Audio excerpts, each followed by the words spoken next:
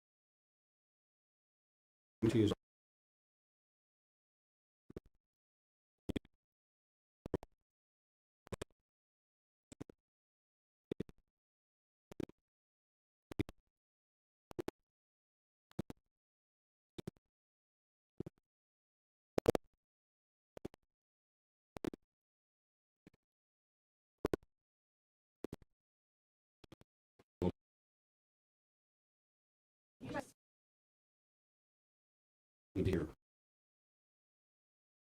Here.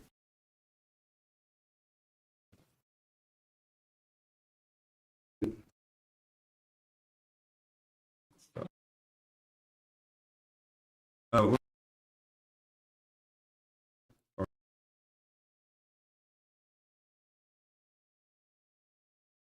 Minutes.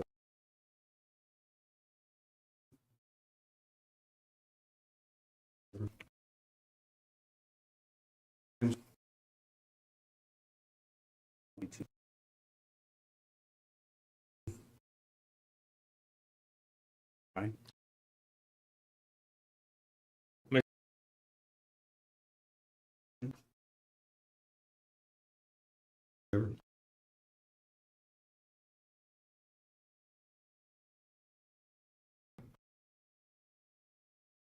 Or on there.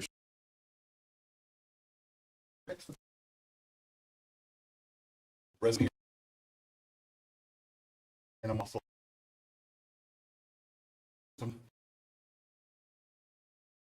make sure we kind of came to clear the air, answer any questions that need. Someone said that we're going to try to sell the RISE to one individual. That is not the case. As a RISE board member and the board president, we feel it's our duty to listen to every single person who comes to the RISE. There's no door shut at the RISE. You have a proposal, come to us, let's talk about it. We have lots of things that come to us, lots of things we don't address because they just won't happen. But we feel at the RISE, our best interest is Vermilion County. We're looking for jobs, for industry. We want it to be a place of, I guess, rise up. That's how I look at it when I talk about the RISE. Rise up, let's do something for the community. We have lots of great things in the works. I sent some emails out yesterday to some people, and we're going to continue to do that. So another thing is we have some of our tenants who lease ground out there, concerns about the hunting rights out there. What's going on with hunting? Hunting income for the RISE is our second largest source of income. That's how we pay our bills. Is there some things that we can do differently to make sure that the people from Vermilion County are involved in that process? Absolutely. Happy to have those discussions. But when it comes to leasing those grounds, we have to do that. It's our second largest source of income. We have aging roads, power, water lines, sewer lines. Those are our main focus. We got to get those things taken care of, and we need that income. So I'm here for any questions or comments. If anybody's got anything they want to ask us. Jeff, for 2024, how much income did the hunting leases bring in, since it's the second largest income for the RISE? I don't have that with you, but I'm happy to send sure, it to you. yeah, if you want to send that to me. Sure, absolutely. Yeah, And, farming is our number one source okay. of income. It's over six figures. It's over six figures. 109,000. Okay, 109,000. roughly, yeah. But we'll give you the exact Sure. number. For sure. And I know. Oh shoot, can't think of the land manager's name now. Chad Harris. Chad. Yep. Chad did say that when he does lease out ground out there, he sends it on an email chain.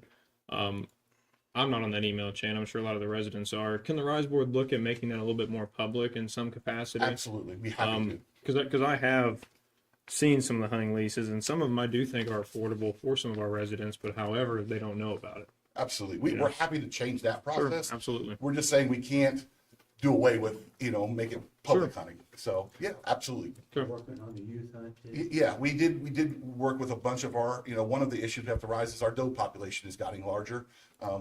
Chad was able to negotiate with a lot of our release people to bring some youth in, to have a youth hunt, to help reduce that doe number.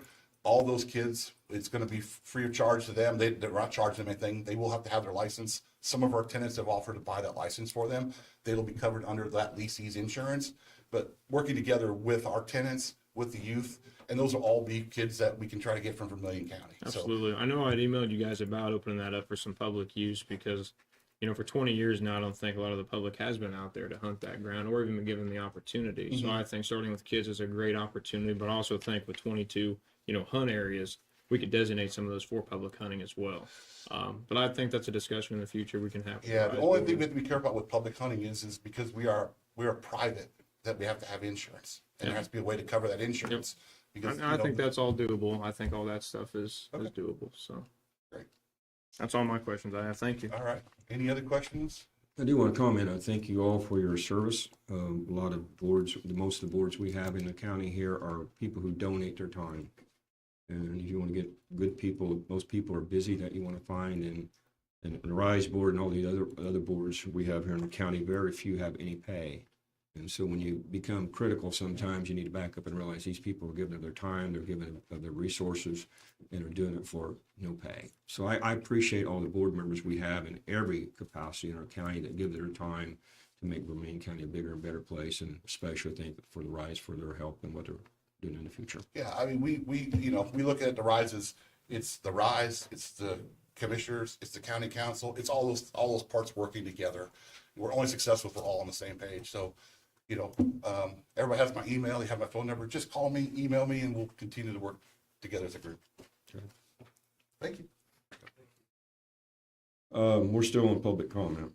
So if anybody, we're having two sessions today, one at the beginning, one at the end. If you do come up here, we ask you to, just for a minute or so, we'll have to even shorten it even more today because of how many's here. So it's open for, we'll do 90 seconds. Is that okay today? Will we limit it shorter to take care of? Is that okay? That's fine. If anybody wants to come now, or they can come at the end. If not, we're moving on. We're going to new issues. Make my move, Scott McCauley.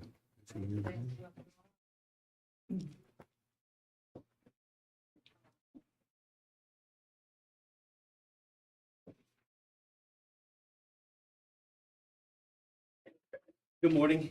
Good morning.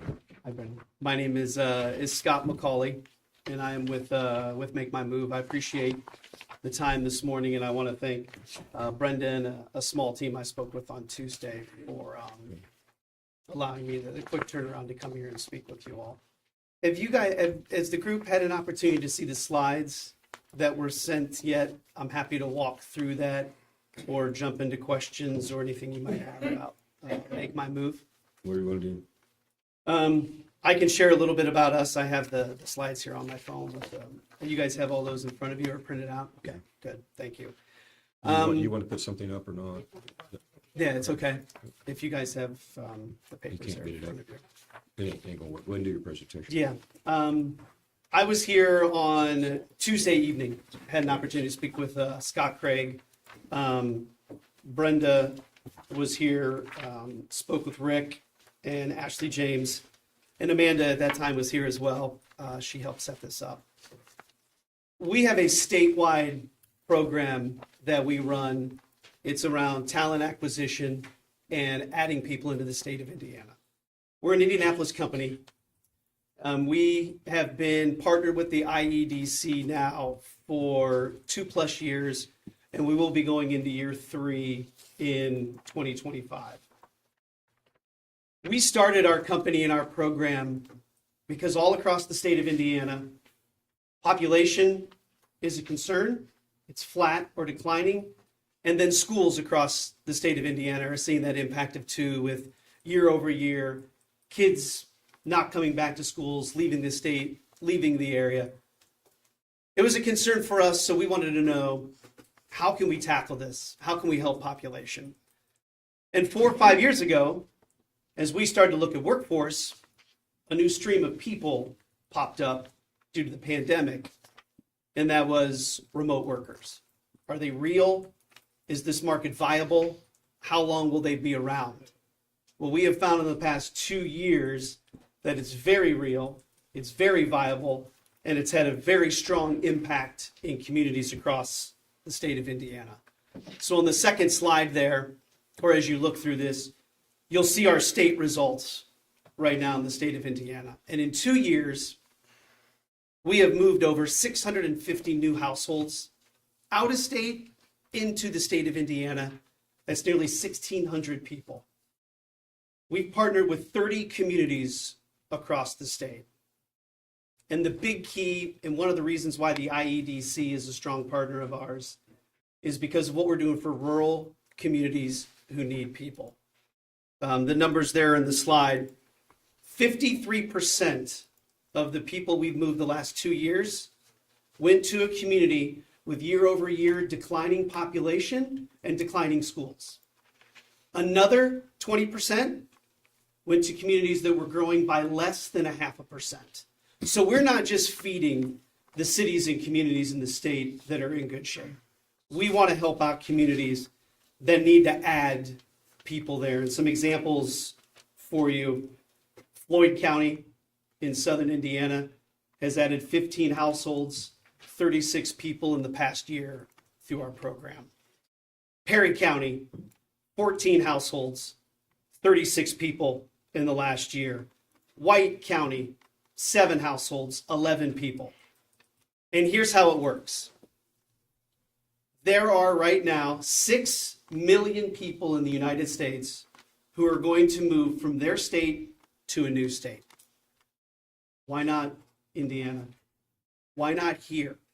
I don't know if they're sitting around and thinking to themselves, hey, let's move to Indiana.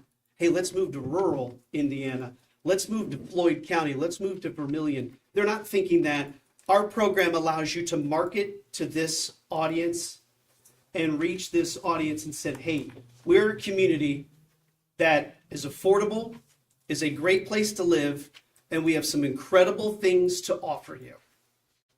Come look at our community. Come see if this should be the next place for you to raise your family, to get away from Austin, to get away from Nashville, to get away from where you are. That's how our program launched a couple of years ago, and that's our focus, and that's what we're doing right now. Of the people who apply to our programs, and there will be hundreds of people who will apply to show interest in moving to this county, 58% of them can bring their job with them. And then another 42% know that they have a skill set that can be brought into the community. Because nowadays, and this is a flip, years ago, people moved job first, then we'll worry about where we live. Now, because of available jobs, because of skill sets, because of remote work, people now are saying, let's move based on community first, and then I can bring my job and we'll worry about a job later. That is our premise at a high level. That's what we're doing.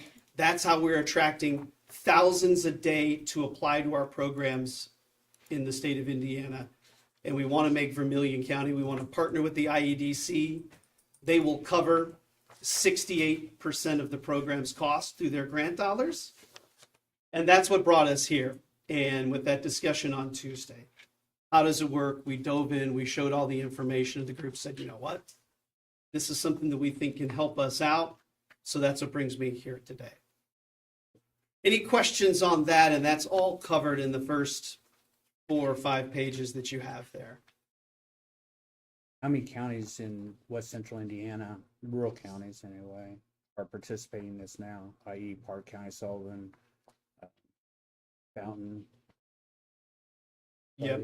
et cetera? Yep. Terre Haute has a program with us in their county. 32 households, 49 people. Directly associated with this program? Yes. Yeah. They're working through us. I believe Terre Haute is entering, is in the middle of year 2 of their program. It's the city. Yep. Mm-hmm. Not the county, though. Yeah, we'll look at their, and then Evansville runs a program, obviously, but they allow you to move in to anywhere in the county. And we love the county programs because it opens up options, it opens up space, it opens up an opportunity for people to Who's see that. participating in the county in West Central Indiana? Yeah. though? When we have started there, we started at a large regional level, and they said they were focused on ready. Right now, we're trying to add people here in West Central Indiana. Okay. Mhm. What is the rate of return on the investment? There's I think 37,000, if I recall, would be our participation in this. Yeah. What type of return can we expect yearly off of this type of program? Yep. On one of the slides there, the one before the cost, there's the ROI. When people fill out an application, and it is incredible what people will tell you online nowadays, we ask you for your household income, your household head count, how many adults, how many kids, rent, buy, pets, are you a veteran, what is your job, do you have a LinkedIn profile, all of this information. Because we gather this, we have a partnership with IMPLAN, IMPLAN. And IMPLAN is able to take our movers, who we move because we know their household, we know the county that we've moved them into and where we've moved them to. And they can put them in a line item and say, here is the expected economic impact from that household that moves in. The impact in spending locally, and then you have your state and local dollars. And it's a conservative estimate that we put on there. We felt if there were 5 households that moved into the area, it would be worth about $260,000 per household, roughly $52,000 per household, $260,000 total for that group. And as you see that ROI slide, because we have a retention rate over 90%, we can forecast out what a program could look like in 5 years. So as you do the math, as we do this right now,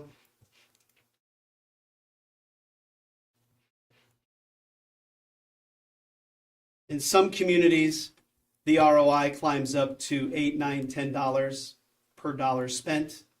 In year 1, it usually lives around 6, 7, or 8. And then as the program grows, those are it. And those are numbers we would provide for you monthly, quarterly, as a part of our check-in with our program. How do you know Vermilion County can absorb these impacts to it? How do we do that housing and school and so forth? Yeah. How do we know that we have that available to us? Yeah, housing is a big thing all across the state of Indiana. We're running a program in Clinton County, primarily in Frankfort, and I believe they have 8 homes. The reality is maybe 3 or 4 of those are ones that would appeal. However, because of the application and interest they're drawing, because it's a numbers game, it's still really hard to move somebody, and you have to get lots of applicants in that have that interest. That is able to generate space around developers who have said in the past, it's not worth us breaking ground. We're not sure who would be interested in coming here. And now here's a significant list of people who are willing to come there. Also with housing, there are many people in communities. We have a large program, if you're interested in moving to Northwest Kansas, where there are homes there that need a lot of work. But because of the people that we're moving and with their average household income, the willingness is there to buy, to renovate, to change, because it's community first. I'll do that housing there for them. As long as there is a little bit of housing stock there, and we did discuss this on Tuesday, and this is a year-long process. This is a scalable program that year over year we want to do because it invigorates the community, helps with the interest, and helps with development of some new places. What additional costs are involved in this over and above the initial? That is it. The 37,500. 37.5 covers the entire program. The remaining cost is covered by the IEDC. Per year? Yeah. And then that's how it would be scalable each year. Involved in that cost includes part of the incentives, the IEDC. We wrap it all up into the package, and that's what's great about this. Indiana is the only state that has a program that does a grant to do this. Other states we partnered in Arkansas, Illinois, Michigan, Kentucky, they have to do it all. The state and the IEDC is saying, we love this, we want to do this, we want to help. So yes, that is the only investment they ask for the community. One of the things I think that need to be also thought about here is, we have roughly 15,000 people in the county. City of Clinton is roughly 5,000 of that. And I want to know, have you approached them about the same thing and their buy-in on this, where maybe a partnership with with Clinton City and also with the county? No, not yet. Initial conversations were at the county level. And then on Tuesday with the discussion to say, hey, tell us about this program, see if it's worth, kicking this can down the road. Not yet. Is this 37,000 covered all of our incorporated cities? Yes, it would be the entire borders for Vermilion County. And then the people who can choose to live here, who want to move here, they find the spot that's best for them in the county. See, you got the clock. How am I doing? You got a big day today. I want to make sure I'm concise. But what's the next step on this? I know that according to the group that there is budget available. The process that we have is if this is something you want to move forward with, we would alert the IEDC and say Vermilion County is interested in this. And we'd start the grant, procuring the grant process. And then the IEDC actually will deposit money into your account to help with this as well. And then, of course, the payment from the community. And then our team does 95% of the work from there. We help with the marketing. We vet and fulfill the list. So when people apply, our team needs a W-2. Is that income you told us correct? Is that real? If you move here with your job, will your employer let you keep that job? We need all these verifications to make sure that everyone is moving into the community. The last 5% comes with help from communities and community champions. Tell me about the schools. Tell me about this. Tell me about the pizza trail that was discussed on Tuesday as the play on the Bourbon Trail in Kentucky with multiple pizza joints around the county. Let's have a program that incentivizes you allowed to do different pizza. Tell me about the community. They want to hear from you, not us. And that's that last piece of the puzzle that makes them feel welcome. Thank you. So what's your retention if someone's accepted into the program? What stops them? Because I assume these are buying homes, correct? Not renting or. Yes, they have the option to do both, whatever's available in the community, Okay. and there are builders. Okay. People who are So looking some to some of build. these incentives differentiate from different counties. Mhm. So say you're gonna pay X amount of dollars for so many months. What stops that person from at the end of 12 months just up and selling and moving out? What's your retention on people in your other counties or states, wherever you've been at, where people actually stay in their Yep. community where they go? Overall, in our 8 states, retention right now in year 2 is 90%. And the reason for that is because we sold the community, right? And a lot of our incentives are involved in networking and getting them onboarded. Chamber memberships are great because the 2 biggest concerns we have from people are, what are the schools? Tell me about the schools. The other one is if I'm moving into Indiana, which, by the way, 60% of the people we move have zero connection to Indiana. They're brand new residents. I've lost my personal network.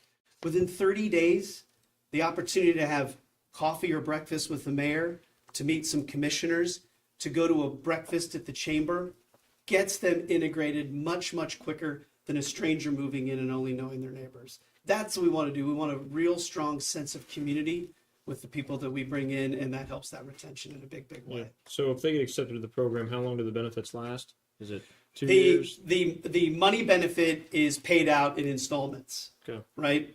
But the incentives that you provide, that the community, whether it's pizza trailer, Yeah. golf passes, those are handed out when the time is right. You don't want a golf pass in February; those come out in Yeah. the spring. The money part of it, how long is that prolonged out? That is, half of it is the day you prove your mortgage or lease, and we have to prove it with docs. We've had some people try and slip that through. And then the rest comes in month 13.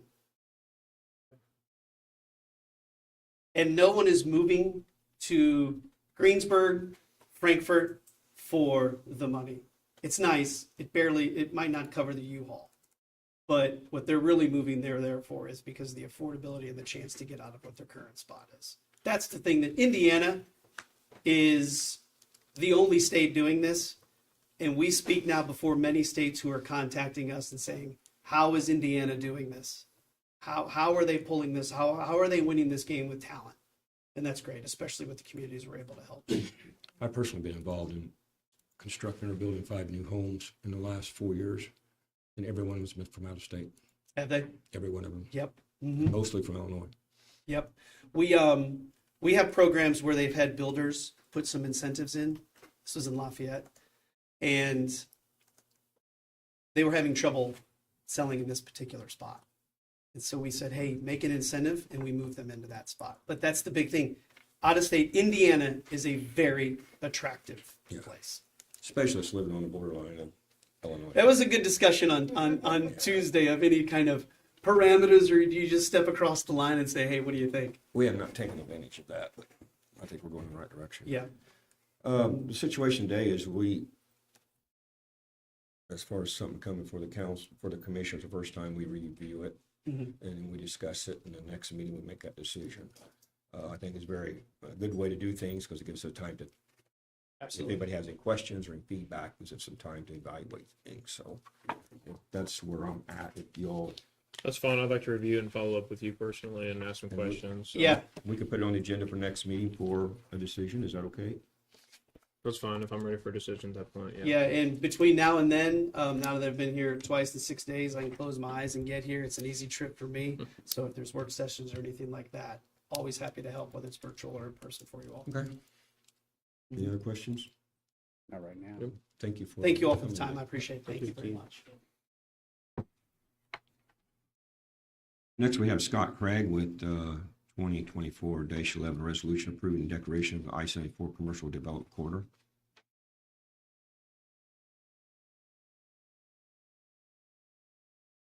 Morning, gentlemen.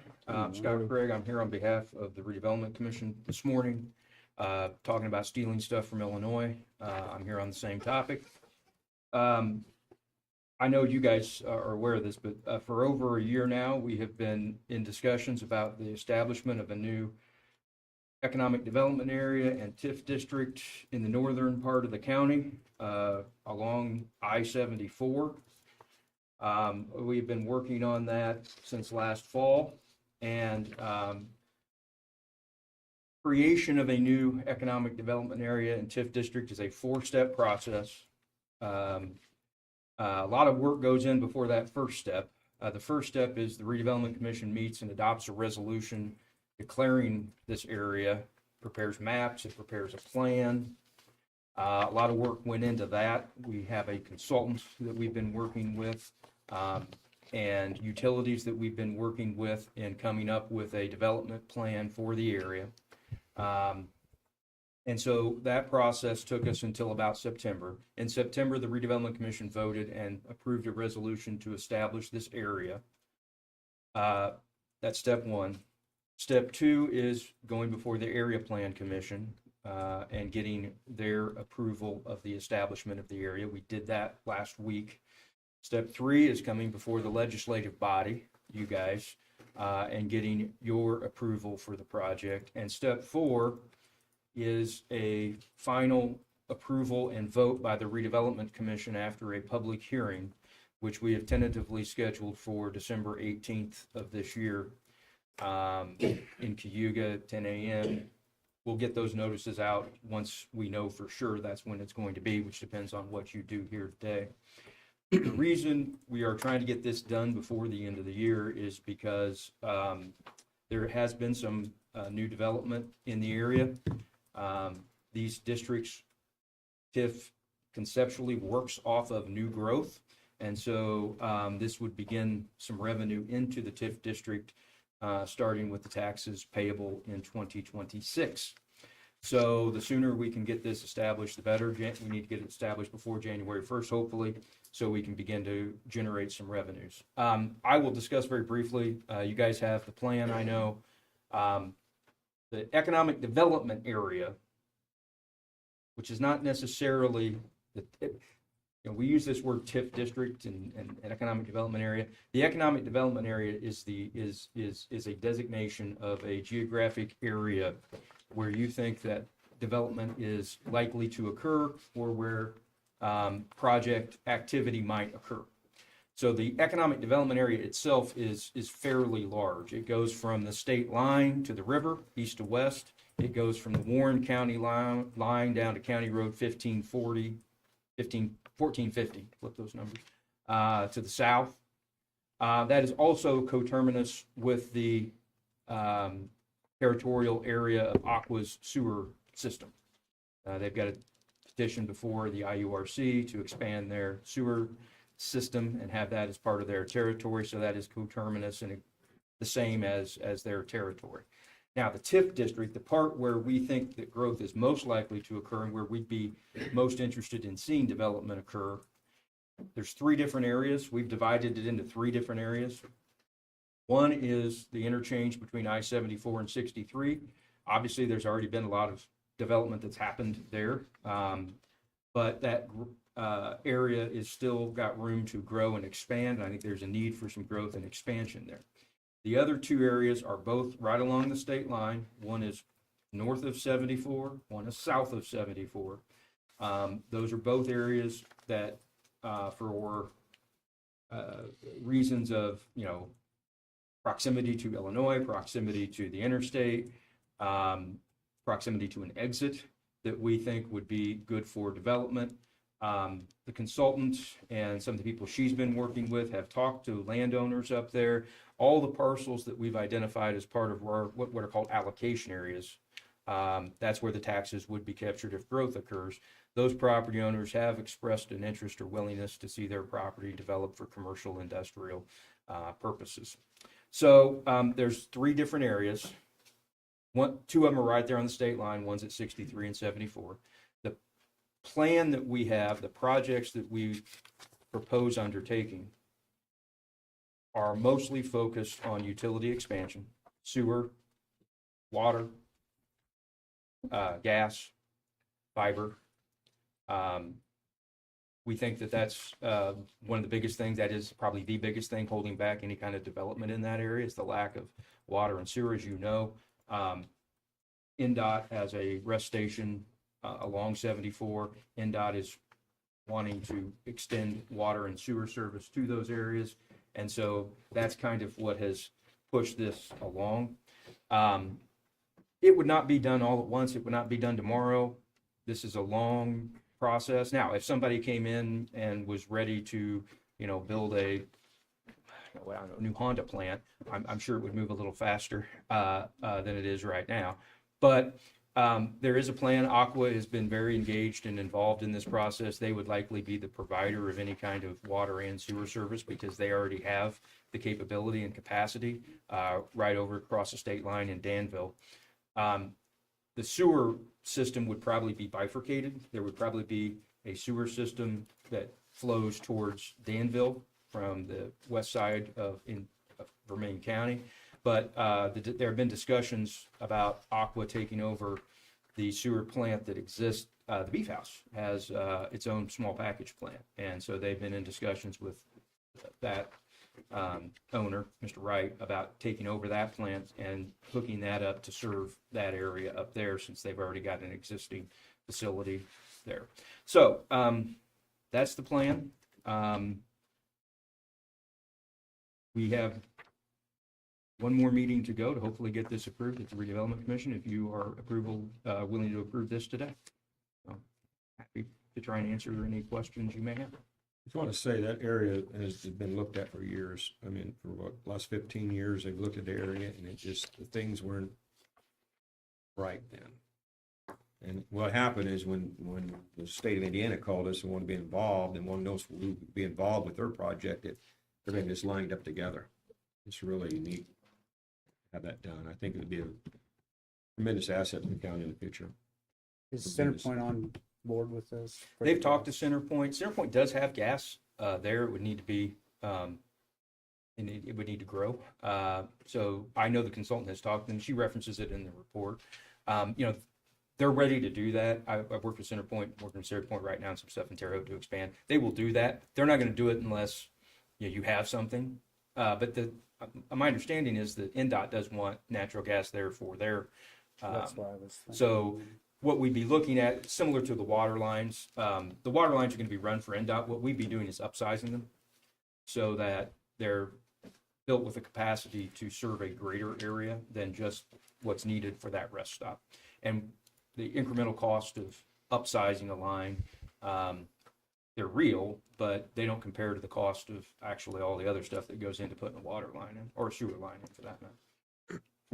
Just another question though is, are we looking at a utility corridor through this as a backbone or not? You mean like that's a good question. Brent, I know, they've roughed out some very preliminary maps trying to use what we expect is going to be county right of way. There'll be every effort made to probably to stay within right of way and not have to do any land acquisition. There are rules about running, you can run sewer and water, along the same side or the same, corridor. They have to be so many feet apart. But we haven't got into really drilled. I saw some very preliminary maps that showed, well, here's one way we could go. But you really need to get some hydraulic people out there, some topography people out there to determine that. Because you're running a long Not way. ready for it. So how many lift stations do you need? How many booster pumps do you need? That sort of thing. So I think the involvement of Aqua Indiana and Aqua Illinois was a big part of this. absolutely, I it mean, wouldn't have happened. Tremendous. Wouldn't have happened without. That was always, anyone can understand that would be a good area for growth and development. The problem is, where are you going to get the utilities from? Where are you going to get the water and sewer from? And Danville was always someplace we recognized it's right there, but how do we get Danville to put water and sewer across the state line that would then try and lure their company that's competing? We'd be out there trying to compete with them. So Aqua coming in and being a partner in this has been, it's what's broke the water, so to speak. Which is a private organization, that state lines don't matter to It them, does not. No. but the sewer does. So, Scott, on the December 18th meeting you mentioned, what is that? Is that a public hearing? It's a public hearing. It'll be a meeting of the redevelopment commission, but we will have a public hearing. It'll be advertised. Public's entitled to come and speak. So what's the purpose of the public hearing for the redevelopment? Hear from the public. From that.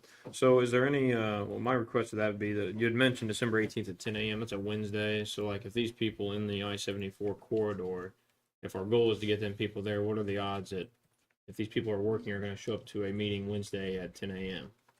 Well, they don't have to be there physically. We're going to have it available through electronically as Okay. well. Okay, For but- one, you can always submit your comments. I know I've done these before. I get people call me at the office, have questions, Yeah. that sort of thing. We had some residents at the area plan meeting who live in that EDA. There's a lot of people. I mean, it's Yeah. hundreds of acres up there. So, trying to go door to door or something like that individually. Well, I wouldn't is suggest a doing little door to heavy. door, but I think But- maybe making the meeting at 5 or 6 in the evening would maybe accommodate, a lot of those people work in Illinois already. So I know people work at, say Sigma or McLean's, there's no way they're going to be able to get on a Zoom call at 10 Well, we haven't a.m. set the time, so we could talk about that at the commission and decide, but we will need to, we have to advertise it. We also have to send out notices to all the taxing units. So there's a study that has to be done by Baker Tilly. So that all has to be done 10 days before the Yeah. meeting. So we do have a little bit of time, not a lot, but we can try and Will hold the in on it. property owners be notified by mail? No, Is there any way they can do that? I mean, I hate to. it'd be very expensive. You got a lot of property owners in that economic development area, Tim. I mean, you're hundreds, because you're talking about, now, I would say to people, like the people who are at this meeting, people have concerns that it's going to affect their taxes. It won't. Is it going to affect their zoning? It will not. Nothing's changing. Your tax rate is unchanged. Your classification is unchanged. That we don't have anybody who's committed to doing any kind of project in that area right now. If somebody does come up with a project to build something, more than likely they would have to go through a regulatory process, rezone, particularly if it's on the state line. If you wanted to do something at I-74, 63, you may not have to, depending on what you wanted to do. If you want to put another fast food joint up there or something, it's probably already zoned that way. It's just an expense and a consumption of time that we've had a lot of meetings. There's a lot of people here today, obviously. I was asked to send it to Eric so he could put it on the Facebook. So we're going to do that as well. So people can be notified about it. RJ, it's up to the commission what time. Yeah, they want. I I'll would talk just, to him. I would like to strongly encourage the commission to do anything, after 4 o'clock, because when you're up there in that area, I could attest to the majority of those people that live up there, they work in Illinois or Lafayette. So if they do want to come to the meeting, they're not going to make the 10 a.m. meeting. And if we're not going to do like Tim's suggestion, I'm not against mailing, because you're talking how many parcels? 200 parcels maybe?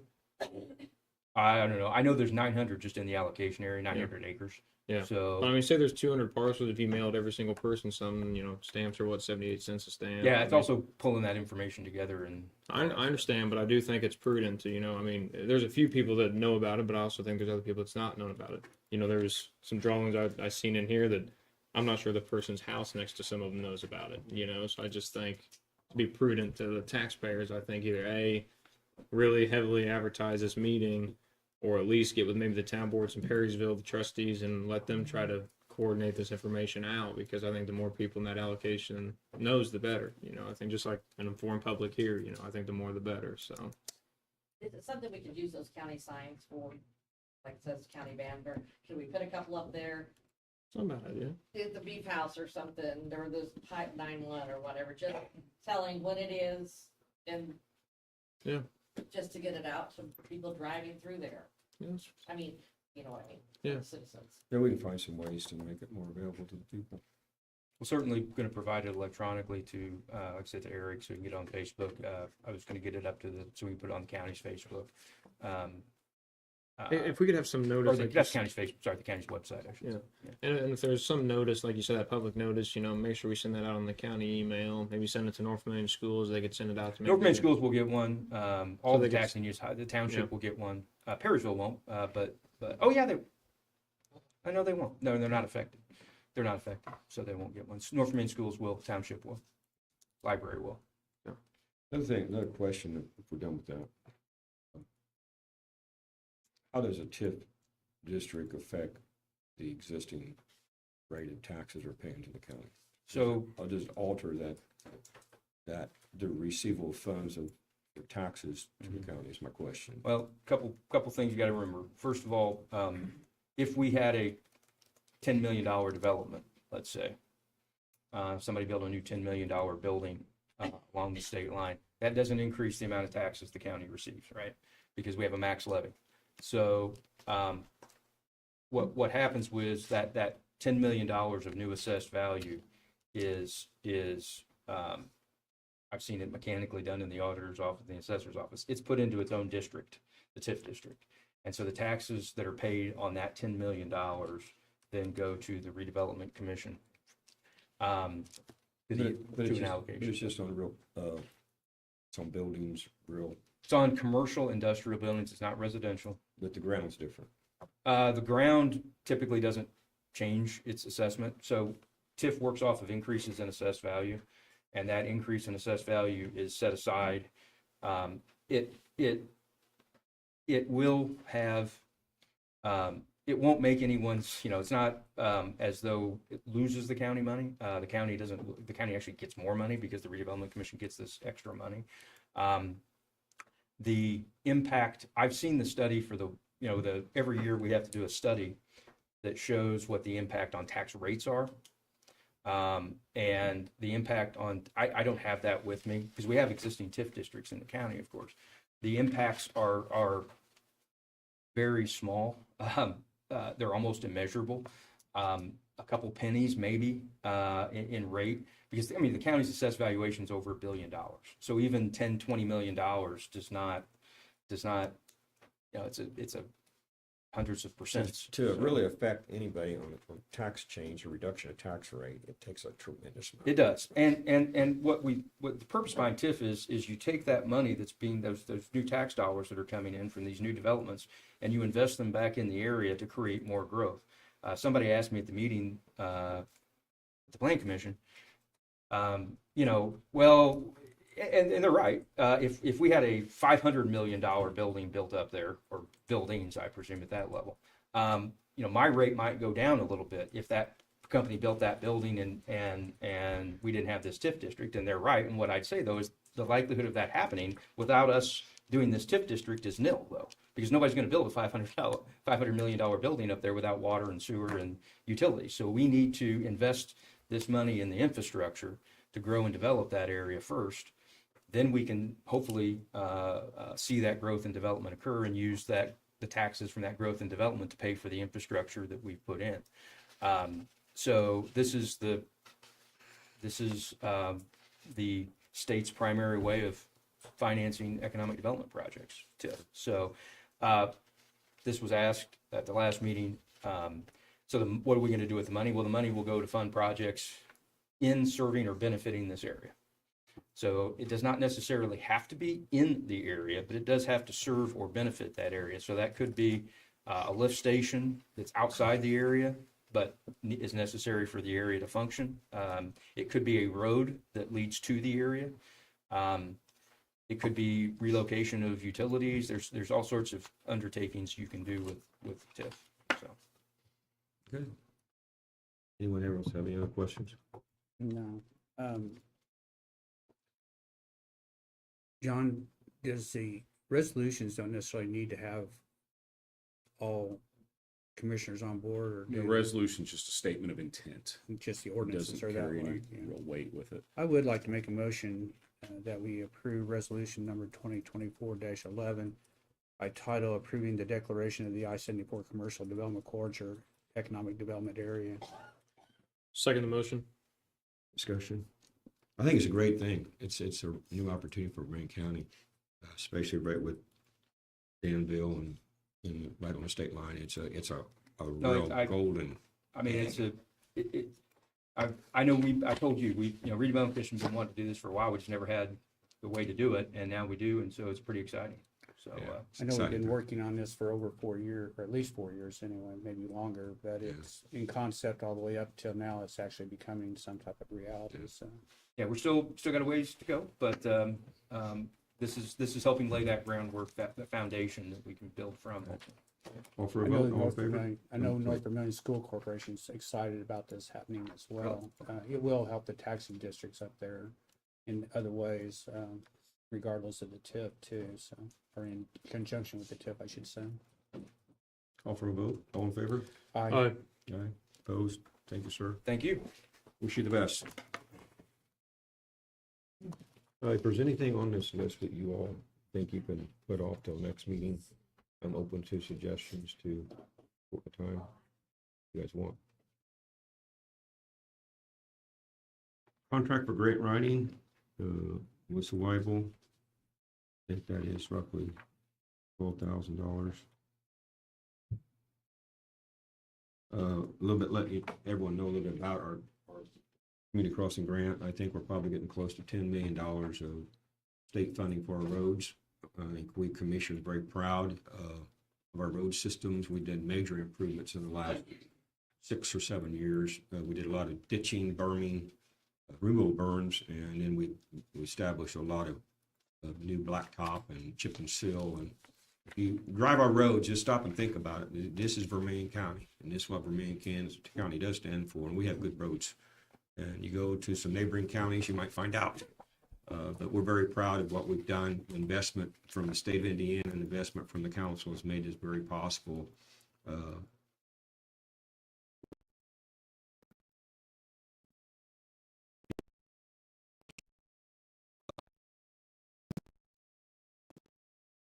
state for the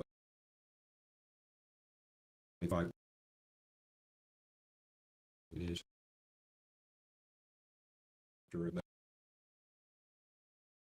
Almost. $40.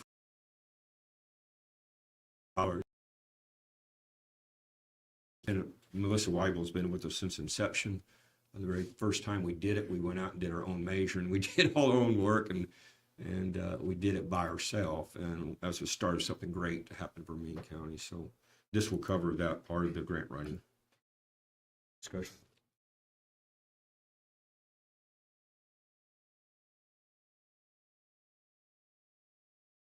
We got to make a motion to approve the grant for writing services for Melissa Weibel. Second the motion. Any other discussion? All in favor? Aye. In conjunction with that, I believe the 2020 community crossing has to be closed out if it's not already. Yeah, we confirmed that we are closed on that one. Okay, thanks.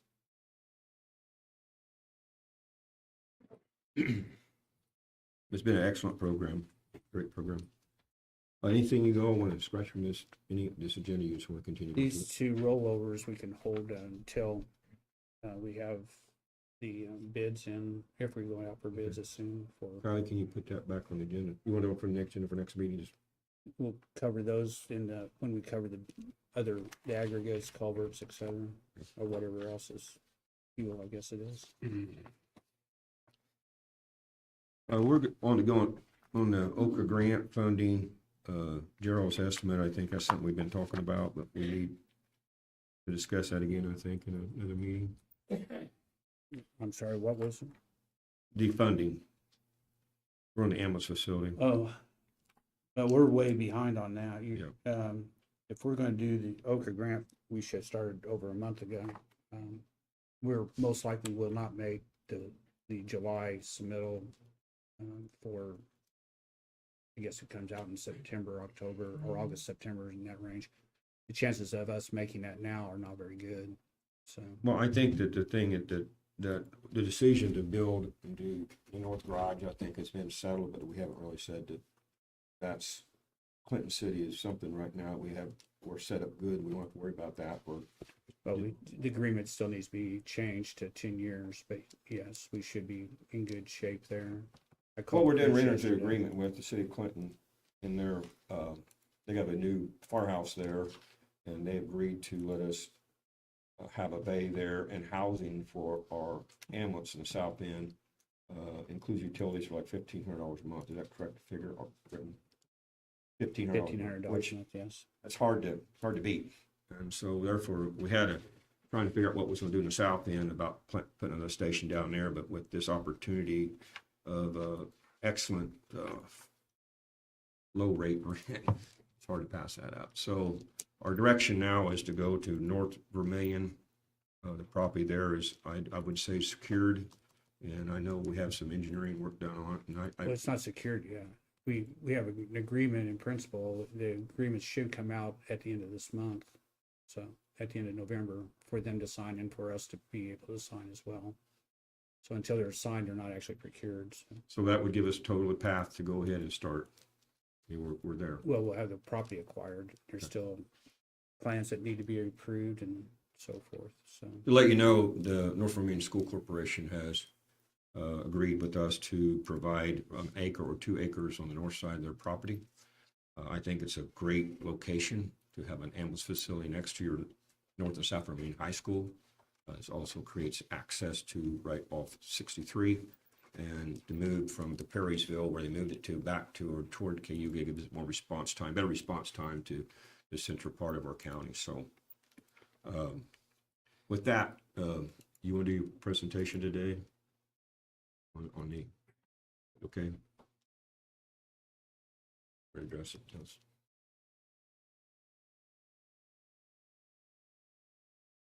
My name is Mike Conley with the Architect Corporation. I want to thank the commissioners and the council for giving us approval to prepare engineering architectural plans for your new ambulance facility north of the Vermillion School. I also want to introduce my team members who worked with me, Michael Bushhouse and Rachel Simmons. They can answer questions. What we also want to do is give you progress sets of specifications and plans for you to review. I don't want to take up all your time while we're talking this morning. I can give you a few highlights of what we're doing, but I think I appreciate Tim, you, and Britton and RJ's work to help support, moving this forward. I think it's an excellent opportunity to provide really good safety and life safety services to the county of Vermillion. And I know you've been working on this for quite some time, and we appreciate the opportunity. I'll give you, who wants to hold on these pages?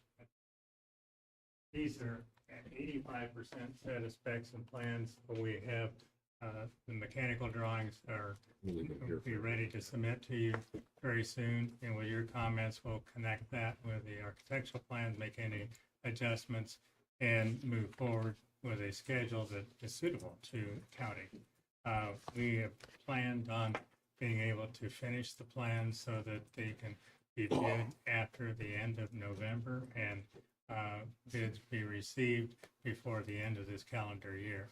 I know that there's debate about whether you're going to get better bids at the end of this calendar year versus next year, and I think RJ, you mentioned something like that to me.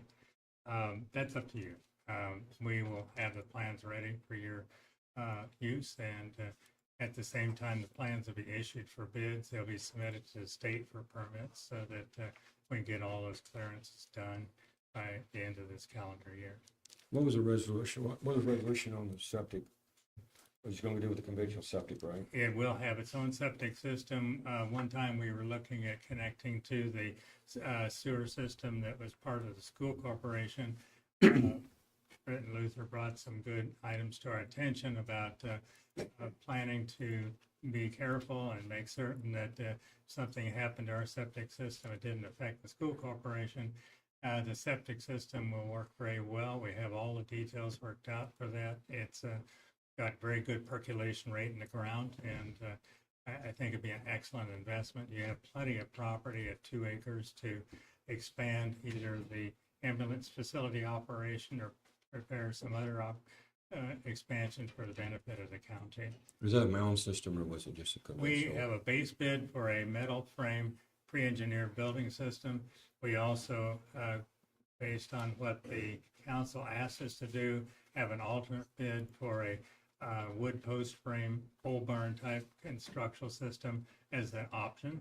And both of them will be in the bid so that whatever works best for the county. We generally prefer a steel frame building for longevity, and also you get better quality of construction team, but we understand economics are important for the county, and so we want to give you both options. We have done preliminary studies with the costing of both systems. Poles construction is a little more competitive, but it's not a vast difference by the time you include all the other components of the building. We have pavement, we have curb cuts, we have site utilities. There is no water service there on the site, so we'll have a well. The sewer system you mentioned is the septic system. We do have electric power, so all of that's worked through. We have complete site survey work finished and legal description written so that you can prepare the agreement with the school corporation now. You mentioned you're going to have a well, though. Was it determined that the water from an extension off North Vermillion School Corporation wasn't viable then? We can look into that further if that helps save some money building a separate well. It's not just a matter of, there's also quality of water and other issues that go along with wells as Right, also. with a well, you have to put a water conditioner and you have to do other things and to make certain that it's safe and got a continuous source. My question is, I manage water companies and that's one of my things I Yeah. do. I have a concern that you'd have a facility that don't have municipal water to it. This is, you know what I'm saying? I think that there is a requirement in the state. I know there is in sewer. If a sewer is provided within 300 feet of a property, you're required to hook up to that. That's a public utility, though. I don't know that North Vermillion is considered a public utility. It would be an extension off their line. But what I'm saying is if so you designed it with a well instead of hooking up to Right. Cayuga water. I would like to see that option with Cayuga water. Also, We can do more research with the school corporation to evaluate the source of water and whether it's adequate for their needs as well as the needs of the ambulance facility. Right now, there aren't that many gallons of water usage in the ambulance facility, but there may be in the future. but my question is, you're taking, where you got residential wells, people have those, Right. but then this is more of a county-owned facility. Right. And they still allow you to put a regular well in and do it that way instead of promoting hooking up to municipal water? If there's municipal water available, that's preferable, and you can use a well in a public facility or a large corporation if the utilities are not there. We've designed this before for large corporations, for other types of facilities, so I'm comfortable with that. We can double check. You might it want to again. check because there are some issues up there with wells up there. And as the gentleman just mentioned, with the infrastructure work that you're doing, certainly if those services are available to the ambulance building, it's very easy to disconnect those services and reconnect to public facilities. Michael, I would follow up on that. There was some major issues with water at North Vermillion several years ago. They used to be on a well, and that's what, dictated a big hookup to the town of Kega water. The nitrates were very high. That's why both school corporations are on town water now. There was a study or some type of report done by IDEM. The school has a copy of it. I would definitely encourage, before we move forward on anything, about drilling a well up there. When the schools abandoned them, there's even a house up there just north or just west of the gravel pit that they were cited from IDEM to not even drink the water. Okay, So I think that's a major concern if we're going to include a build of a well, and then IDEM's told people not to drink that water right there because of the contamination from a few years ago. duly noted, and we will take that research further, make it happen. It's got to be less money if we can tie into the Yeah. school system. In other words, and also it puts the responsibility of providing the water on someone else and the quality of the water, Right. which I think is very important. It's very important in a facility that's to serve the public and ambulances and take care of people that have other challenges. One thing that we will need, regardless, we're hopefully going to have by the end of the month, the agreement put together with North Vermillion School Corporation. We need to know what those easements are to be part of this agreement. I would like for it to be instead of a separate agreement with them to We provide will that have easement. that information together. We almost have it totally finished now. Appreciate it. Any other questions? Thank you for doing a good job. I think, I appreciate your giving approval to the schedule. I know it's kind of an aggressive schedule, but we want to make certain the project continues. And I know we had one start earlier in the year, but I think this direction is very good. Thank you. Thank you. Are you seeking approval for the schedule today? Are you seeking approval of the schedule? Yes, we are seeking approval for the schedule that we talked about, finishing plans so that we can bid and receive bids at the end of this year. Can that water issue can be resolved? Yes, Okay, so the other thing is, since that line there is, if I'm not mistaken, is owned by probably North Vermillion High School. So I don't know if that'd create a problem. I've had that discussion with them. They're willing to Okay. let us hook onto that, and it's near the bus center there, or the maintenance building that's out there is where it's located. So it's just due south. we'll need to make contact with the school corporation and coordinate that with the proper person so that we can plan. The question is whether the line size is appropriate and pressures are there to be able to provide the service. So So with that, that's one of the questions that we have, and if that can be resolved, I think that gives a lot more clarification on this. We'll do that, and we appreciate if you could resolve to either approve or schedule or recommend a different schedule.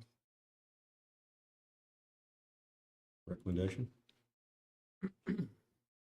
we're, I think we need to look to their recommendation, but we're into a bad period of time to receive bids to be competitive, in my opinion. If we were wanting to receive bids, we should have had this ready in October to receive. Most contractors, unless there's some out there still looking for work, most contractors will have prepared their bids for now, and they probably have tried to tie up their time through 2025. They won't know they've won these bids until either the latter, most likely into January. If they do bid on this, my experience has been is that they say, well, I'm going to make it worth my while. If I win this, I'm going to have to make extra effort, put on extra people, whatever. And so what I've experienced is that those bids go up. In January, after bids are received, you'll have contractors who didn't win or know where they stand and will be looking for work and are maybe even hungry at that point. The other thing is funding. One of the things, the reason why the counter argument to this is to get the bids earlier, maybe in December, is that funding a lot of times will, if it's grants or if we're looking RDA, Okra is probably out for this, but if we look at the RDA or other type of grants, usually you have to have good numbers there going into that. So there's a little bit of a dance in that our bids only be good for 30 or 60 or 90 days. If you extend it beyond that, then you get into another problem of them not wanting to necessarily bid on a project that's far out there. So I guess it depends on what type of funding, to me, what type of funding we're gonna go for. If we're still going to pay for this out of pocket, cash on the barrelhead here, then we can go ahead and proceed. And if we're going to look for funding though, from elsewhere, which we should have time, I would think. We've already spent money on Perrysville to put this facility there.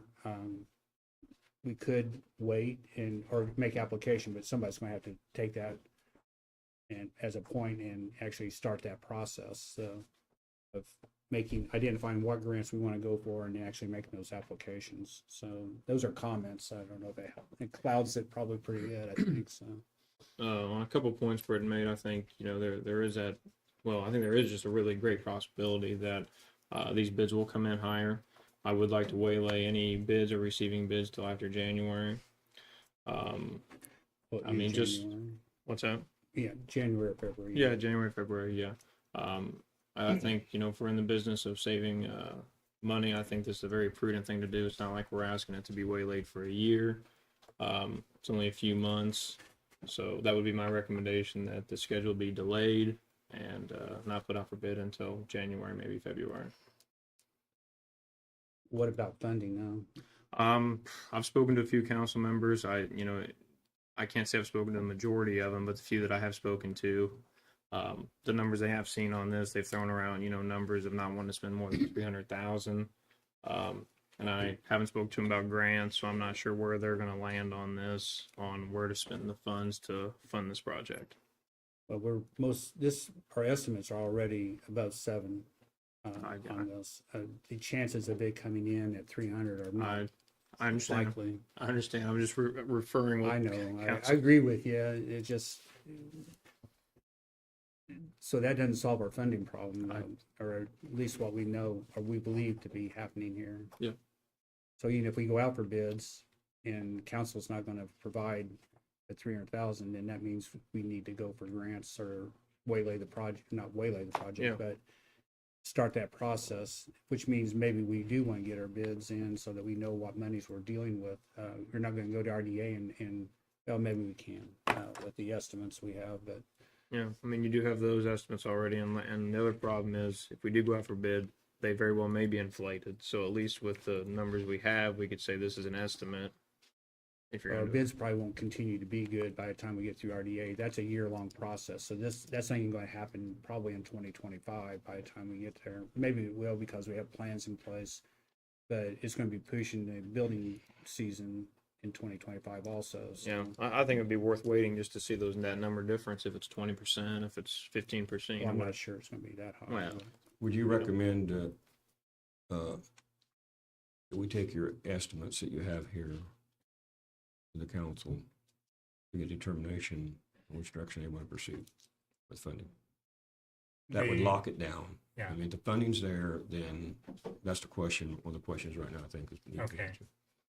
So if we approach the council with your estimates and they said, okay, I think that would be We already did that, Tim. We They know did. what the we number really haven't is. got that figure. They haven't came out exactly and said what they're going to fund. You know what I'm saying? Well, Amount. they have. They said we got $600,000 in RDA funding, and that's for 2 facilities. In RDA funding. Or not, the ARP, the old ARP funding anyway. That's what they got left, and that's what they've been saying. And then they came back and said that, no, it's 300,000. That's per what I'm facility. saying. We got some things changed. We need to lock down with them. Yeah, we can't do it for 300,000. No, impossible. 600,000 is the realistic number.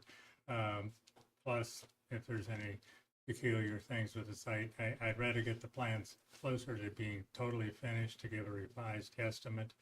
And if you're recommending holding till January to finish those, it'll give us a better opportunity to make those plans a little more accurate.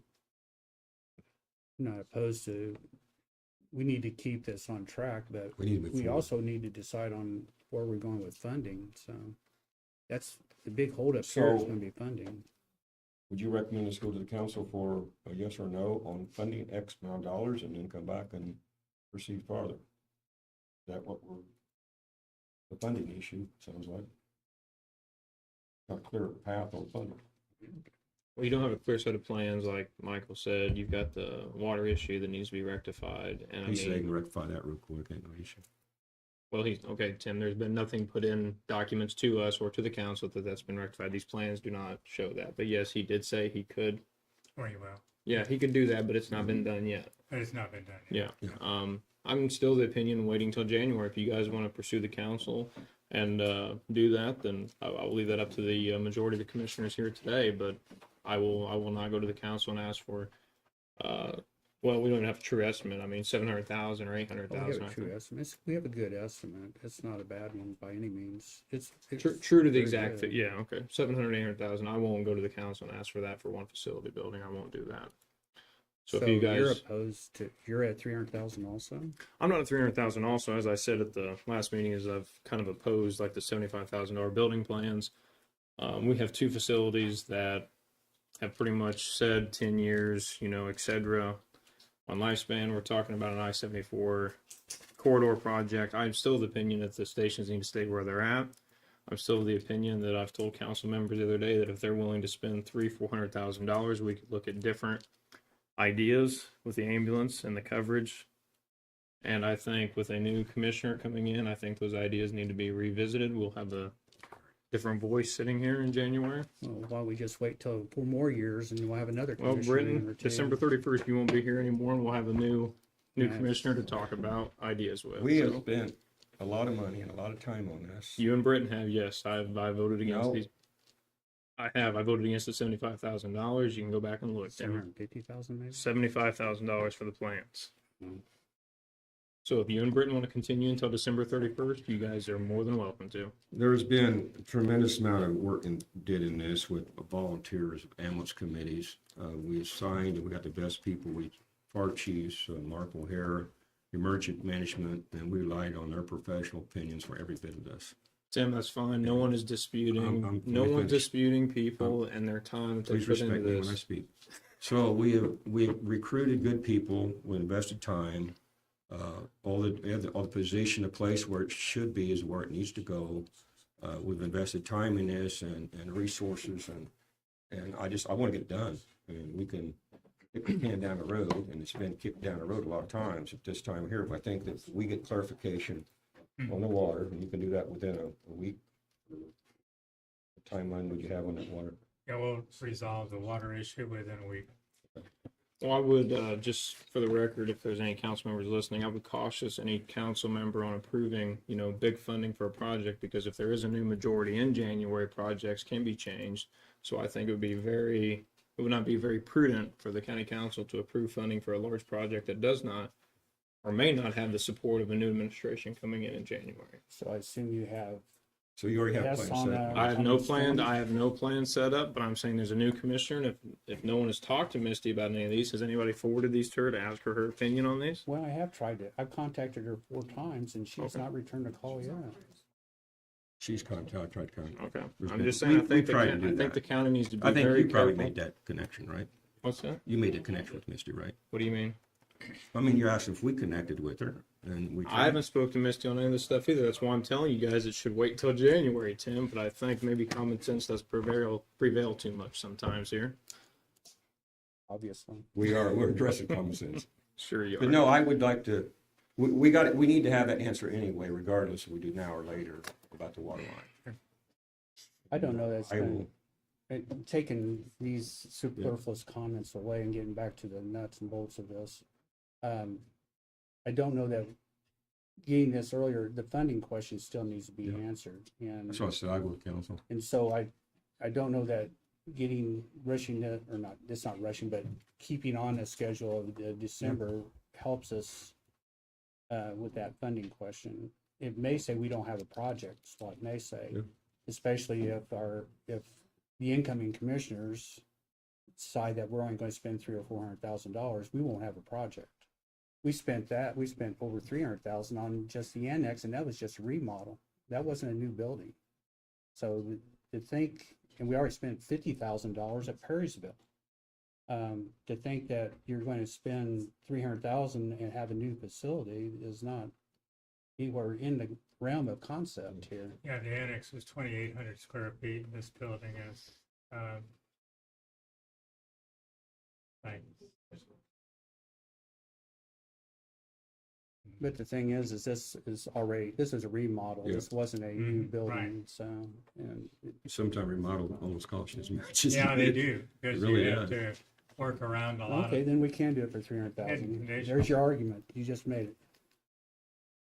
So, well, what we're gonna do here, we need to make a decision, if we're gonna proceed, or we're gonna proceed with more information. I think we all agree that we need the water source checked out.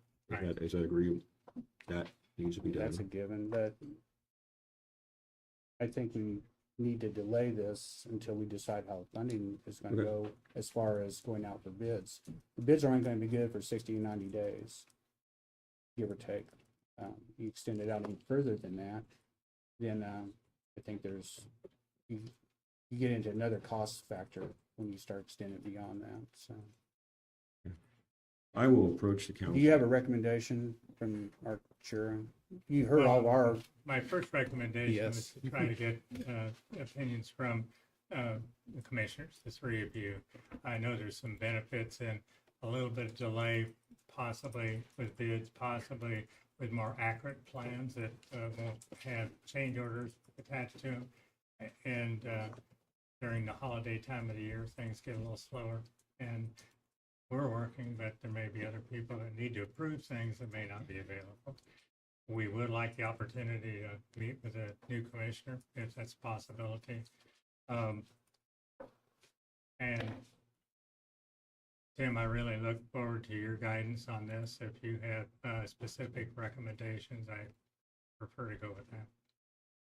I think the path of funding is the question. If we had that secured, I think it would bring more, better decision making on this. So, All right. so we'll table it to the next meeting then? Okay, table one, this decision? to go out for bids. We'll keep working on the plans. I mean, we're not To going to move stop. forward, continue to moving forward. Well, yeah, we need to finalize things, sure. And the bid documents need to be prepared. It's a matter of what dates are gonna be entered into. Okay. So So- I think you got your marching orders. I think we should get everything in order, make sure our Okay. funding is in place before we actually go out for Agree. bid, or decide where the funding's going. Okay. If we're going to go out for grants, and which is about the only way we're going to stay at 300,000 is to go out for grants, and that's going to take some time, and they'll. the So plan- I will get on can I get on the council agenda? What's your next The meeting date? Third. Second. And other commissioners can go represent, say what they want to say too. Yeah, I've tried to bring Misty along on some things here, but I've just not made contact with her yet, or been able to talk with her. December 2nd? 9:30. Yeah. I was doing council, yeah. 9:30? No, council meeting is December the 9th. at 6. That's where we're at on it. So Thank you for all your help. We'll see you on December 2nd with the And it's update. Yep, okay. Been changed to morning meeting, is that what you're saying?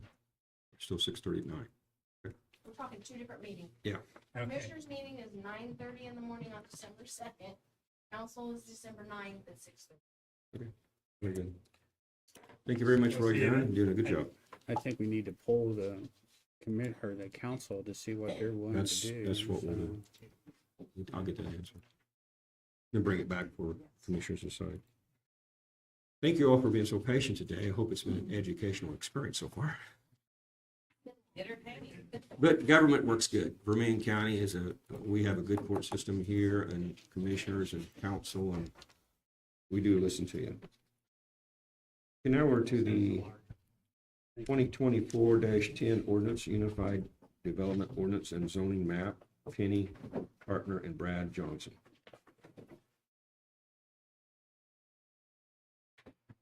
All right, good morning. Everybody Still hear is him? morning. Everybody hear him? Yeah, I'll continue to try to speak up.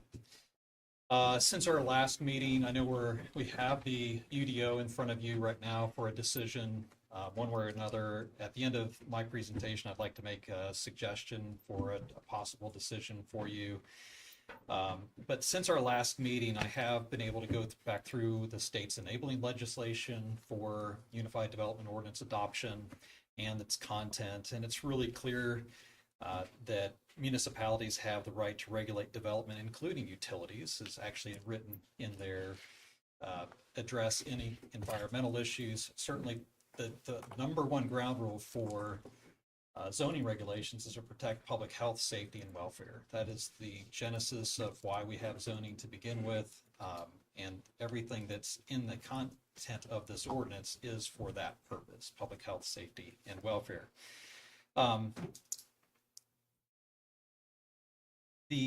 I wanted to point out too that even though the proposed ordinance has a ban specifically, it calls it out on the deep well injection, specifically for carbon sequestration, your current ordinance also does not allow that to happen today. So even if they came in today with a permit, your zoning ordinance does not support that either. It's not a called out land use that is permitted. So what we're doing is clarifying that in the new ordinance, but that is the interpretation that I have of your existing ordinance compared to the proposed ordinance. Another one is that because there's been some a media release specifically where the suggestion that there would be a federal litigation if this were adopted. I've had the opportunity now to talk with several attorneys, specifically folks that specialize in land use law. There is not a precedent for that. There's not historically been that they can find that suggests that the adoption of an ordinance has an aggrieved party. To have an aggrieved party to be able to litigate, you have to have applied for a permit or applied for something and to have been denied that permit. Just the adoption of an ordinance cannot be litigated according to the land use law attorneys that I've spoken with. Again, there's not a legal precedent for that. Now, if a permit is issued or is not issued and they believe that they can, there's a spelled out process in state statutes for that to be rectified. One is it goes to the BZA, and if the BZA denies it, then it goes to a local court. The only thing that, and again, I'm not the attorney here speaking for the folks that I have spoken with, is the only thing that goes to federal court is things that break federal statutes or things that break the U.S. Constitution. Those are litigated in federal court. There may be some other nuances there, but that's my understanding. Another one that has been brought up is that an EPA permit suggested that somehow preempts zoning. For instance, coal power plants, they require an EPA permit too, but you still have local zoning. There's a legal precedent where local zoning can say no or yes to a power plant, even if the EPA has already said that if they build it like they say they're going to build it, we would issue that permit. So EPA permits don't trump local zoning.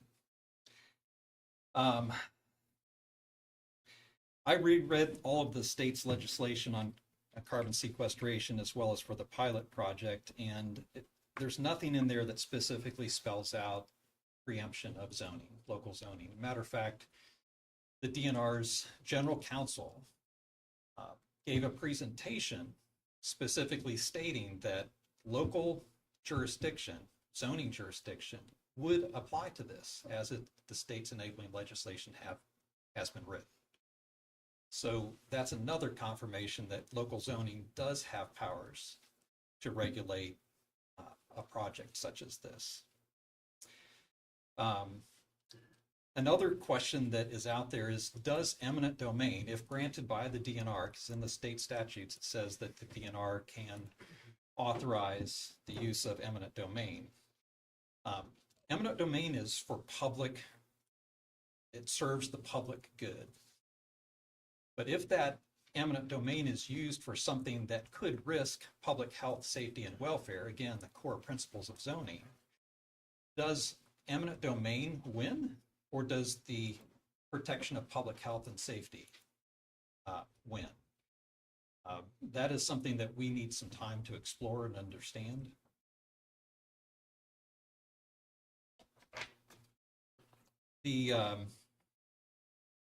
I've helped, there's organizations like the American Planning Association that has a group of legal scholars specializing in land use law, as well as practicing attorneys in land use law from all over the country. And they have, on behalf of communities like yours, filed amicus briefs to help support your position in litigation. There's also organizations that focus on environmental protection and also public rights. We believe that we can get further information from those organizations as well on similar matters, but we do need some more time to look into that. Because there's so many sort of elements to this that need to be sorted out, like I said, there's quite a bit more research that needs to be done on the legal side as well. Some of the things I said today may or may not really play out, but we need more time to understand that. But some of the research that I think is prudent to look into is, according to the DNR and other environmental and geologists at universities here in the state, is that almost the entire state of Indiana has this geology underneath it. So we've heard that this area is particularly unique for this project, but what I'm understanding is that this type of project could theoretically happen in the vast majority of the state of Indiana. So what happens here may also be something that is of concern to other cities, towns, and counties around the state. And so reaching out to the organizations that represent cities, towns, and counties and getting their legal staff involved in this may be something that's helpful for learning what is the true situation. We understand that the gas pipeline may or may not be.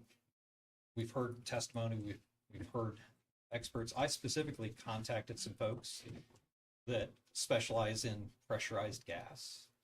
And what was interesting to me is that something that's under enormous amount of pressure, you would think a small pipe would be the best thing for that. But what I'm understanding is that it's actually large pipes that can hold that type of pressure better than smaller vessels, which again, may or may not be of concern, but we need to do more research.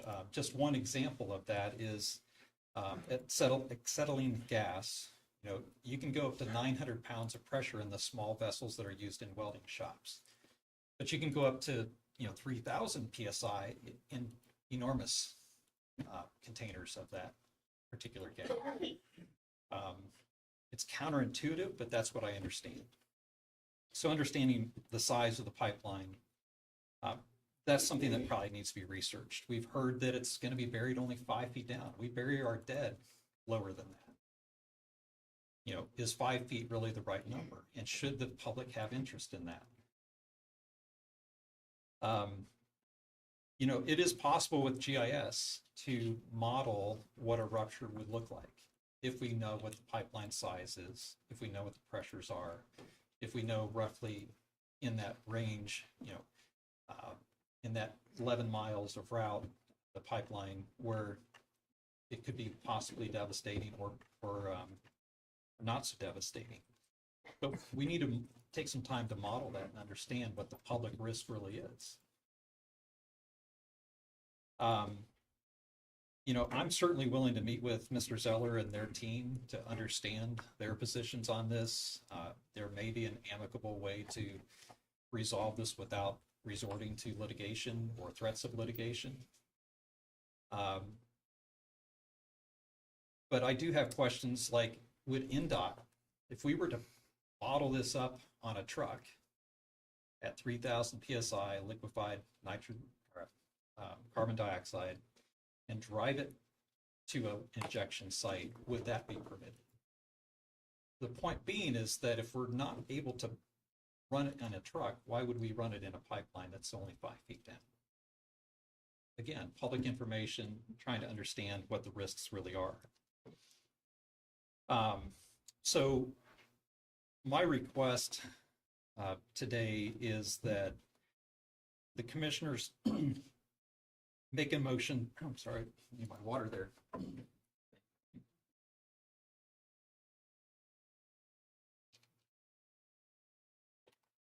The request that I have is to make a motion to adopt Article 10 of the UDO, which is the enforcement section. The reason for that is that it serves your existing zoning ordinance in clarifying enforcement. It has no bearing one way or other on solar farms, carbon sequestration. It has no language in there that would affect negatively or positively any of that. But it does save the county quite a bit of money if we keep going through these public hearing processes. It saves at least $500, as much as $1,000. Or even if we have to do this multiple times, it would save $1,500 or less on just legal ads. So it would serve the community by having a clear and better, up-to-date, legally defensible enforcement and penalty section. It has no negative impact or positive impact on any proposed development. And then to reject the rest of the document and send it back to the APC for revisiting the language in there. Two reasons for that. One is to better understand and clarify the carbon sequestration language that's in there. And number two is that I know each of you have some changes that you want to make, and that would give us the time to do that. If you were to send it back to the APC today or at one of your upcoming meetings with recommended changes instead of rejecting it, that sets a 45-day clock. And I just don't think we're going to be able to get through that research and get it kind of ferreted out in a 45-day window. And that's a statutory limit that the APC would have to make those changes and send it back to you within. So instead of having that 45-day clock come into play, if you reject it, then the APC just will kind of start reviewing those sections, taking your comments, making those revisions before it sends it back to you with clarification and better understanding as to why those regulations are in there the way they are. Does that make sense? Any questions about that recommendation? The first part of it is to save you money, that it has no negative impact on anyone. And the second part is to give us the time that we need to look at the carbon sequestration, to maybe meet with the Wabash Valley Resources folks, try to better understand that, try to do our own research, as well as I know Britton contacted me and just said he has some changes and questions that he wants to ask. I know RJ has asked for that. There's some things that he's concerned about, and the same thing, Tim, you've been saying that you've got a few things you have questions and possible some changes too. So that would give us the time to do that versus a 45-day rush to get that done. And you're on here. You got anything to say?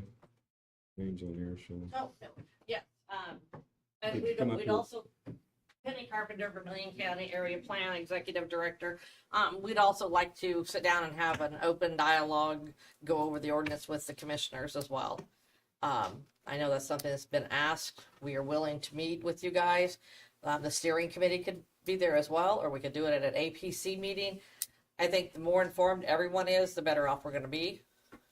And like Brad was saying on Article 10, it's just about enforcement. I think, Britton, you've just pulled it up, right?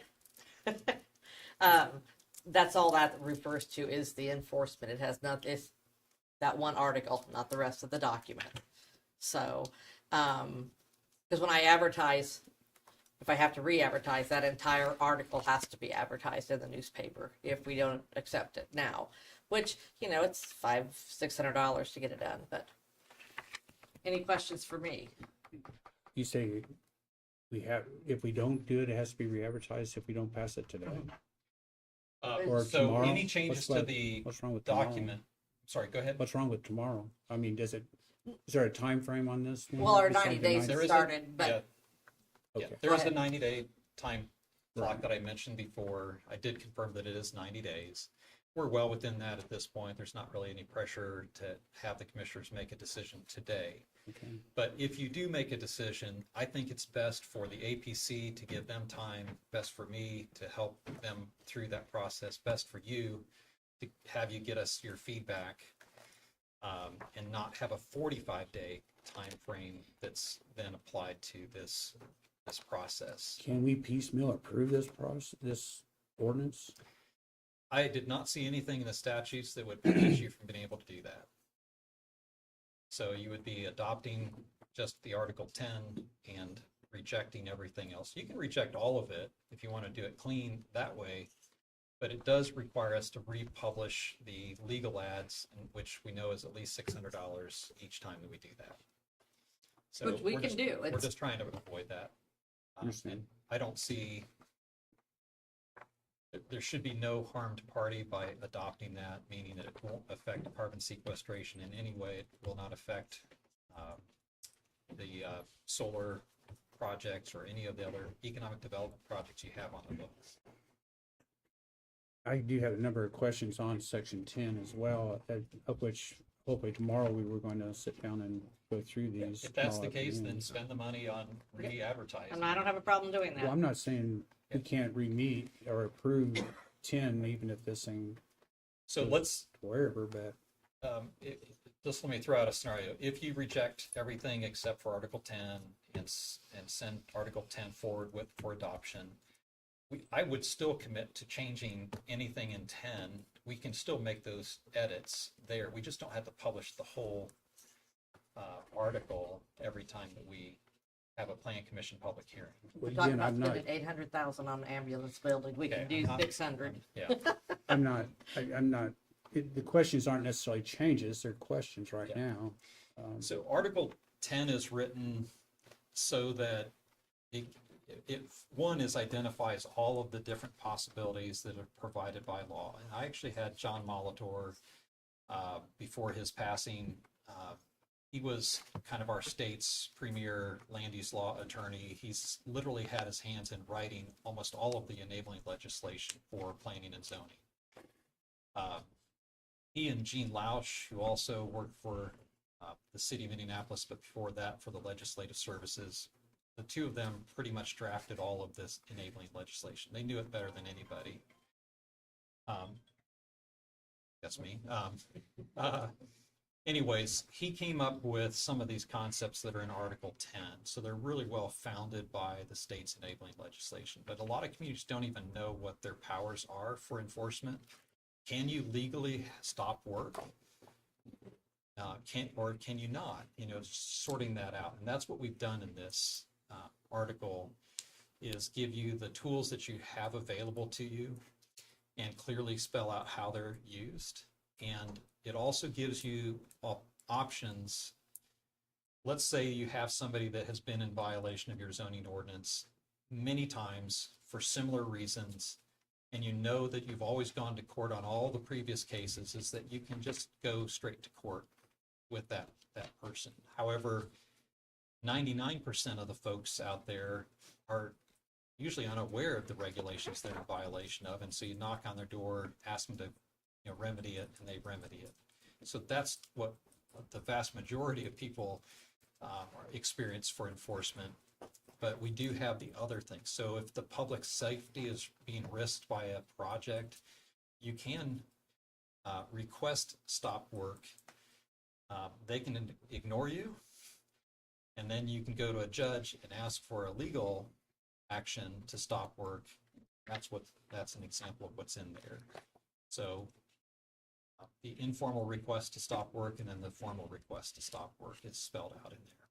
What differences will it make whether we pass Article 10 today or 2 weeks from today, and then provide comments on the rest of it for that matter?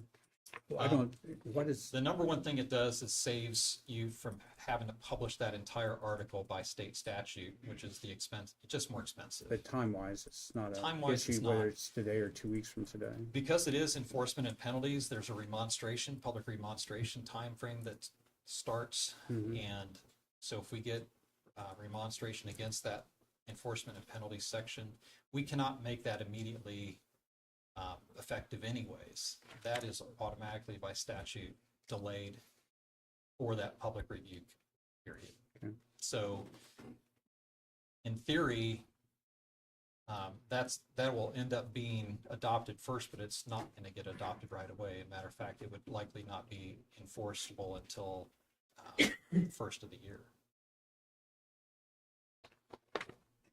What we need to get together and have a meeting and discuss our items we want to present back to you all. Say that again, Tim. We need commissioners having a meeting and discuss what we want to bring back to you all for changes or corrections. Is that something that we could set in on so we could hear it firsthand and just go It'll through be, it? I think it has to be a public meeting, Yeah. so that Right. means that, yes. A work Okay. session or whatever, it'd be Sure. great. You and Just get anybody else. resolved in one room. and Absolutely. resolve it.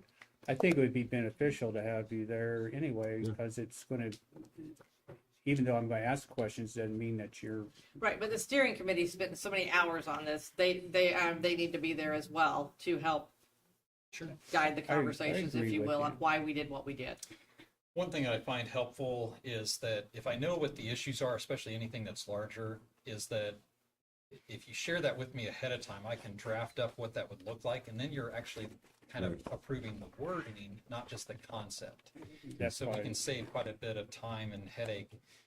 I know we can sit around tables, I've witnessed it many times, not specifically your community, but when we talk about theory or things that we want to have changed, it's the wordsmithing that ultimately makes the difference. We can talk about things in theory for a long, long time, but agree. once you read it, you could go, oh yeah, that makes total sense, that red pen change. What was the timeline for this process then? It's up to you. I was hoping that we would set a meeting today as to when we're going to meet to, because if we're going to reject anything or ask for a change in anything, whether it's rejection or not, then we have to put that in writing to the APC as to what That's we're right. asking them to do anyway. So I was hoping we would set a meeting here, Fine. either next week or this Let's week. set a whenever, but meeting. Are you guys, I should have my questions ready tomorrow afternoon. Would we discuss my questions, whether there come of anything of it, but, I got mine marked up in the book. I mean, I can put them together tonight and set in the room. Okay. The difference between rejecting and sending back with requested revisions is the second option starts a 45-day clock. The first one, there's no clock. If they reject it, there's no clock. Correct. but we can reject in part though. I believe so. There's nothing in the statutes that says that you cannot do that. You're the legislative body, you can. you We should be do able to have that. one major issue potentially, and that's with that, with the CO2 portion of this. I believe that we may want to ask for a declaratory judgment on that anyway. Consideration. John, would you expand upon that? Well, I mean, we've got attorneys telling us this is illegal, and we've got attorneys telling us it's legal. The only attorneys saying it's illegal have stood up in public meetings and explained why it's illegal. We asked twice for your attorney to come, and he didn't. I talked to him on the phone, and it sounded like he didn't even know about the CO2 provision. He's aware, and he I wasn't get it. aware we had, that you'd requested him at the meeting. But it's going to fall to these guys to defend it if someone sues Sure, the county. absolutely. And so I suggest a possible measure might be to just go upstairs to the circuit court and say, here's the proposed language, here's some statutes that we're concerned about, and then invite all of the interested parties that want to file a brief with the court explaining why they think it's legal or why they think it's illegal. Get a ruling from a judge. Then if anybody wants to appeal that ruling, they can appeal it, and we put the issue to rest once and for all. You know, is this okay for us to do, or is this not okay for us to do? Can I read this? If you want to, yeah, I gave them the statutes that are concerning me, so. Here's what we have. The Area Plan Commission has presented to the Board of Commissioners of Vermillion County, Indiana, a proposed Speak up, unified. Tim. Still not loud enough? No. You guys hearing him? I'll Okay. get really close. The Area Plan Commission has presented to the Board of Commissioners of Vermillion County a proposed unified development ordinance that, among the other things, prohibits pipelines carrying liquids or gases at pressures higher than 1200 psi, prohibits pipelines carrying gases that are heavier than air and harmful to humans, prohibits carbon sequestration injection. Voice Valley Resources have pinned that a county does not have the authority to ban a pipeline. Indiana Code 36-1-3-8, power specifically withheld, says that a unit of local government cannot regulate conduct that is regulated by a state agency except as expressly granted by statute. Indiana Code 14-39-0.5-1 appears to grant the State Natural Resources Commission the authority to regulate carbon dioxide. Indiana Code 8-1-22.5 appears to give authority to regulate gas lines to the unit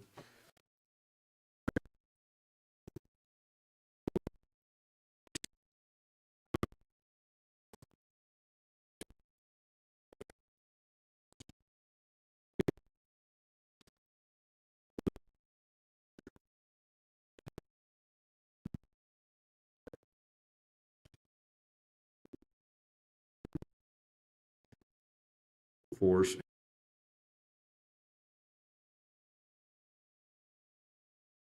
Like to do. It was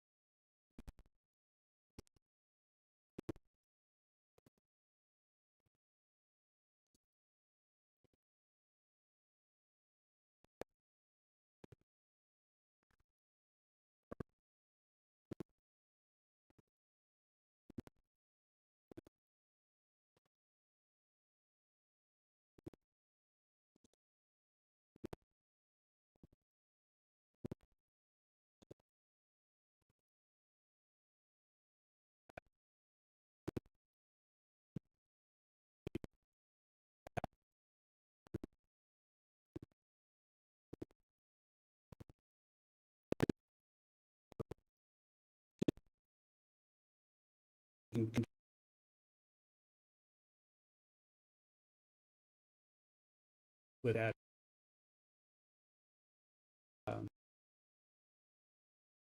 Some that doesn't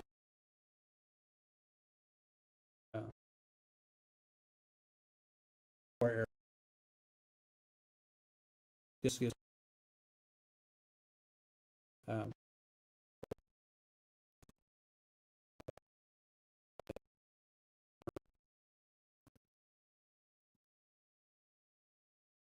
the motions.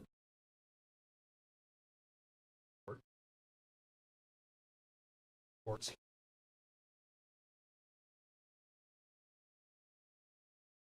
Team. And each other. I do want to.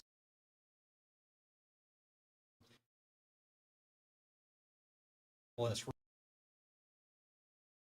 that there being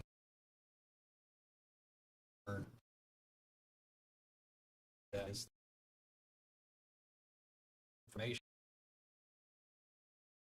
There may be for one area, even though it's either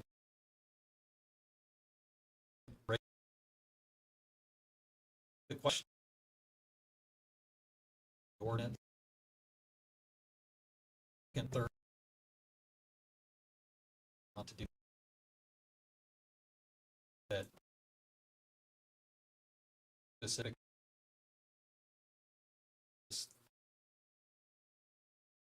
because that regulating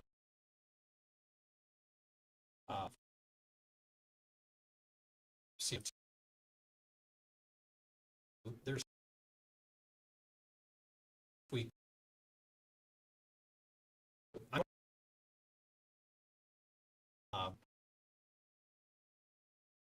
learn some a very what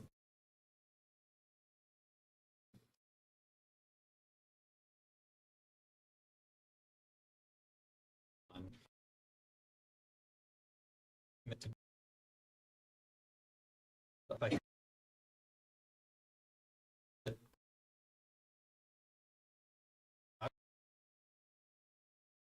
if I think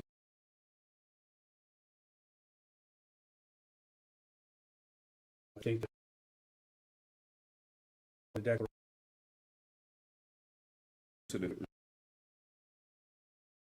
that we can. I think it. 5 other probably as other something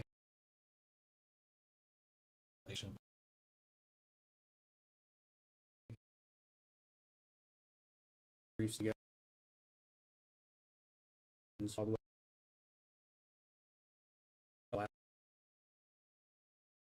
would want to make disrespect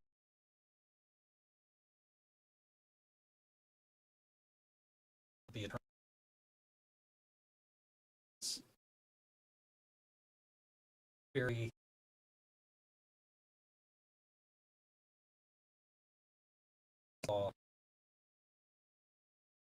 familiar. I would like a budget commission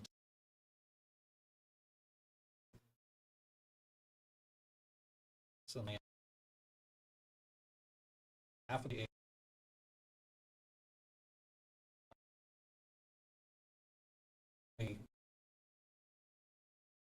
is fair.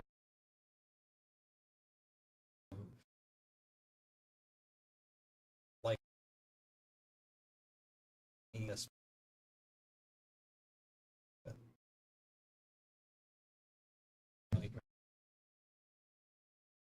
Issue. That we're at.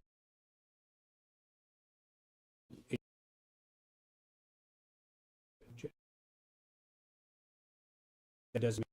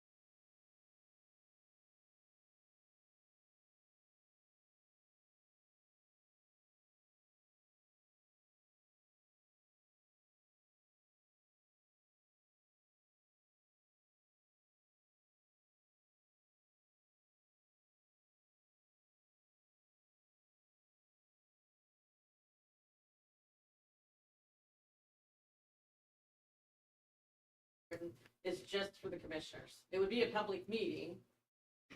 Yeah, if we were going to make any response to this, that we are going to make a change or a change in language or reject any portion of it, we need to reduce that in writing and give that to APC as to what we're doing. It's But not I a thought each verbal. one of you were gonna do that. No, the commissioners as a body has to do Has that. Two of us have to agree to do that. Yeah. Or three, but at least two of us have to agree that we're going to strike something.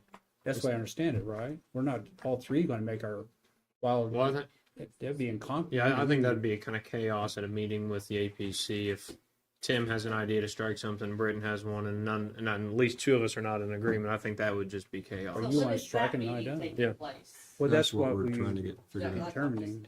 Yeah, we need, and you can participate, or I mean, you're welcome to come to that meeting.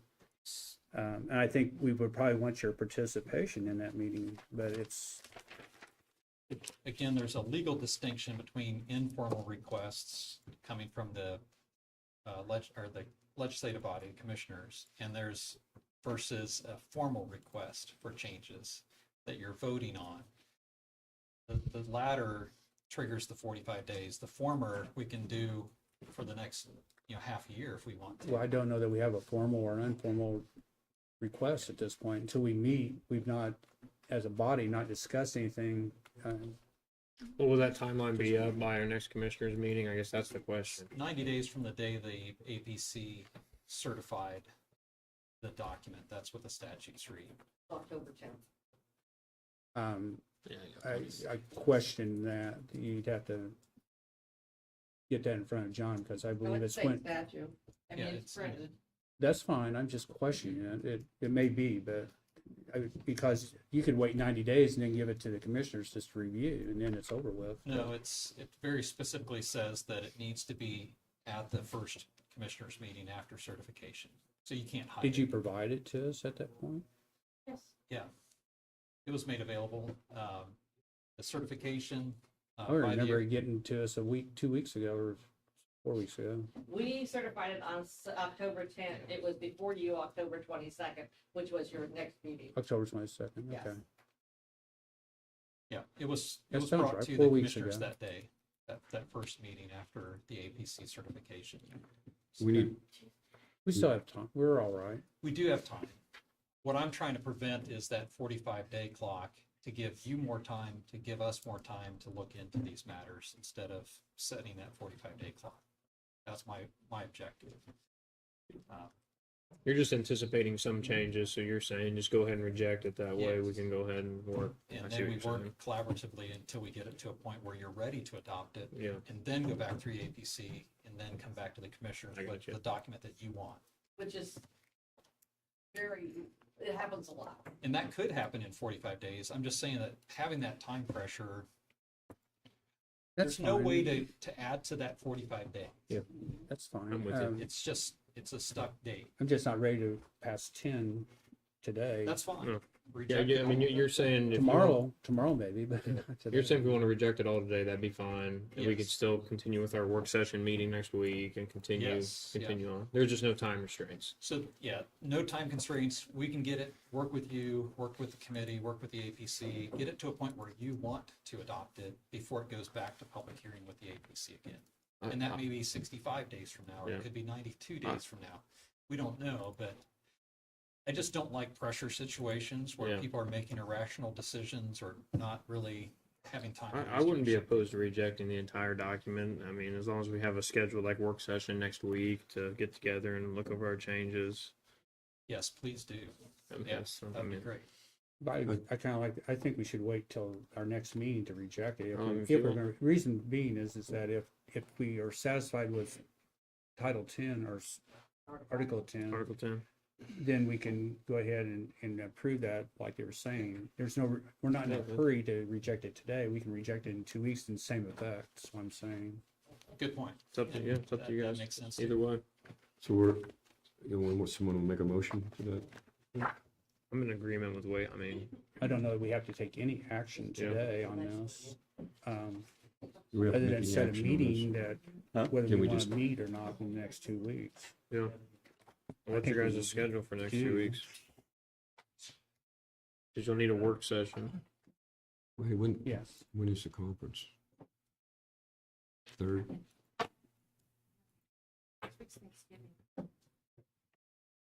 Conference is first week of You December. say you want to do it on Thanksgiving? No, I'm off preferably not. After Tuesday. What did I do with my phone? Anything after Tuesday would work for me. Prefer Wednesday the 27th would possibly. Friday.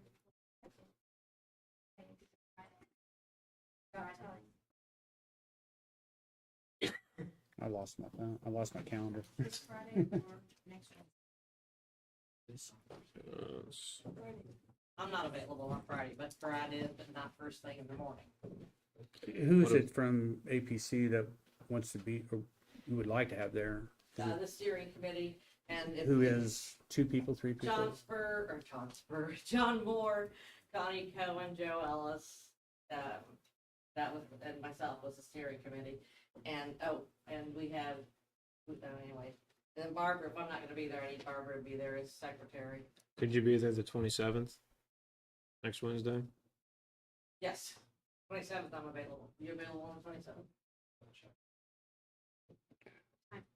I have an appointment at 2 o'clock Wednesday? on that 27th, yes. It's Thursday, Thanksgiving. Yeah. Mhm. Would you want to do, could you do a morning on the I can 27th? do more, it's just I have an appointment at 2 Yeah. o'clock. 9 o'clock work? 9 work on Wednesday? It works. Go get there, right? So 9 Wednesday? Okay, It'll be a work 12, session? 27 Is that right? or 9 o'clock. And where at here? And that'll be open to the public, is that correct? Yeah. John, would it be classified as a work session or? If you're gonna make final decisions, it would be a meeting. Or a meeting. If you're just talking about stuff and thinking about things, it could be a work session, but any final action has to take place in a A public meeting? meeting. Okay. Let's make it a public meeting. Don't worry about it. Well, I don't know that we care if somebody's here or not. No, I don't. Well, work session, you just can't make final decisions, so that's what, Work session, there's no public comment There's either. no- yeah. The work stations are open to the public. Either anyway. way, yeah, I'm just saying, do we plan on making final decisions next Wednesday No, I think we can make those on the on the meeting? meeting date. but we should be able to come up with our list to present to them for. them to We go will, back and we'll get be it. drafting questions, but those questions can be actually sent to them. We'll have to have time to actually work, put them in form to give to them if we're going to go that route anyway. If I could, if it's a work session and you give me guidance, I would then wordsmith it. Oftentimes, a change in one spot may trigger a change in Oh, multiple yeah. other places that you're not aware of. So I would want to make sure that the ripple effect of recommendations is done, and so that you then take final action on a red pinned version if you are going to take action on that versus it just being And I think where we're probably going to be headed with this is that we will probably on the Title 10 or Article 10, we'll probably either accept it or have you make changes on that portion anyway. And maybe you can start wordsmithing the rest of it if we have any suggestions anyway that are legitimate. So we're set for a date. Thank you.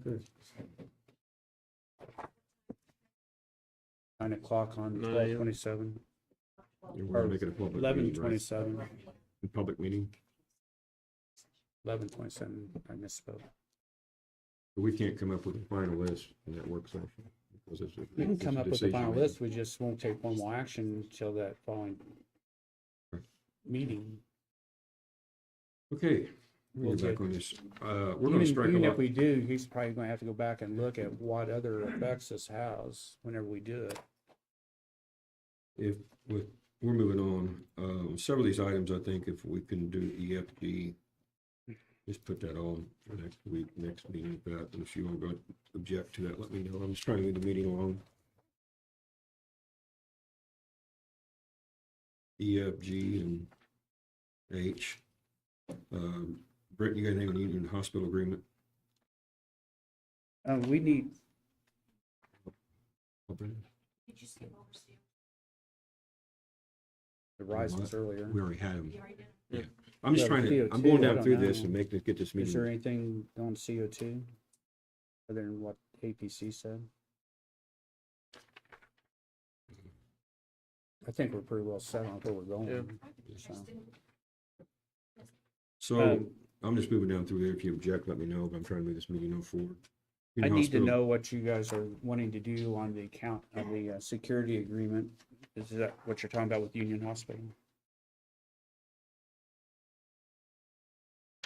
There that is. Anyway,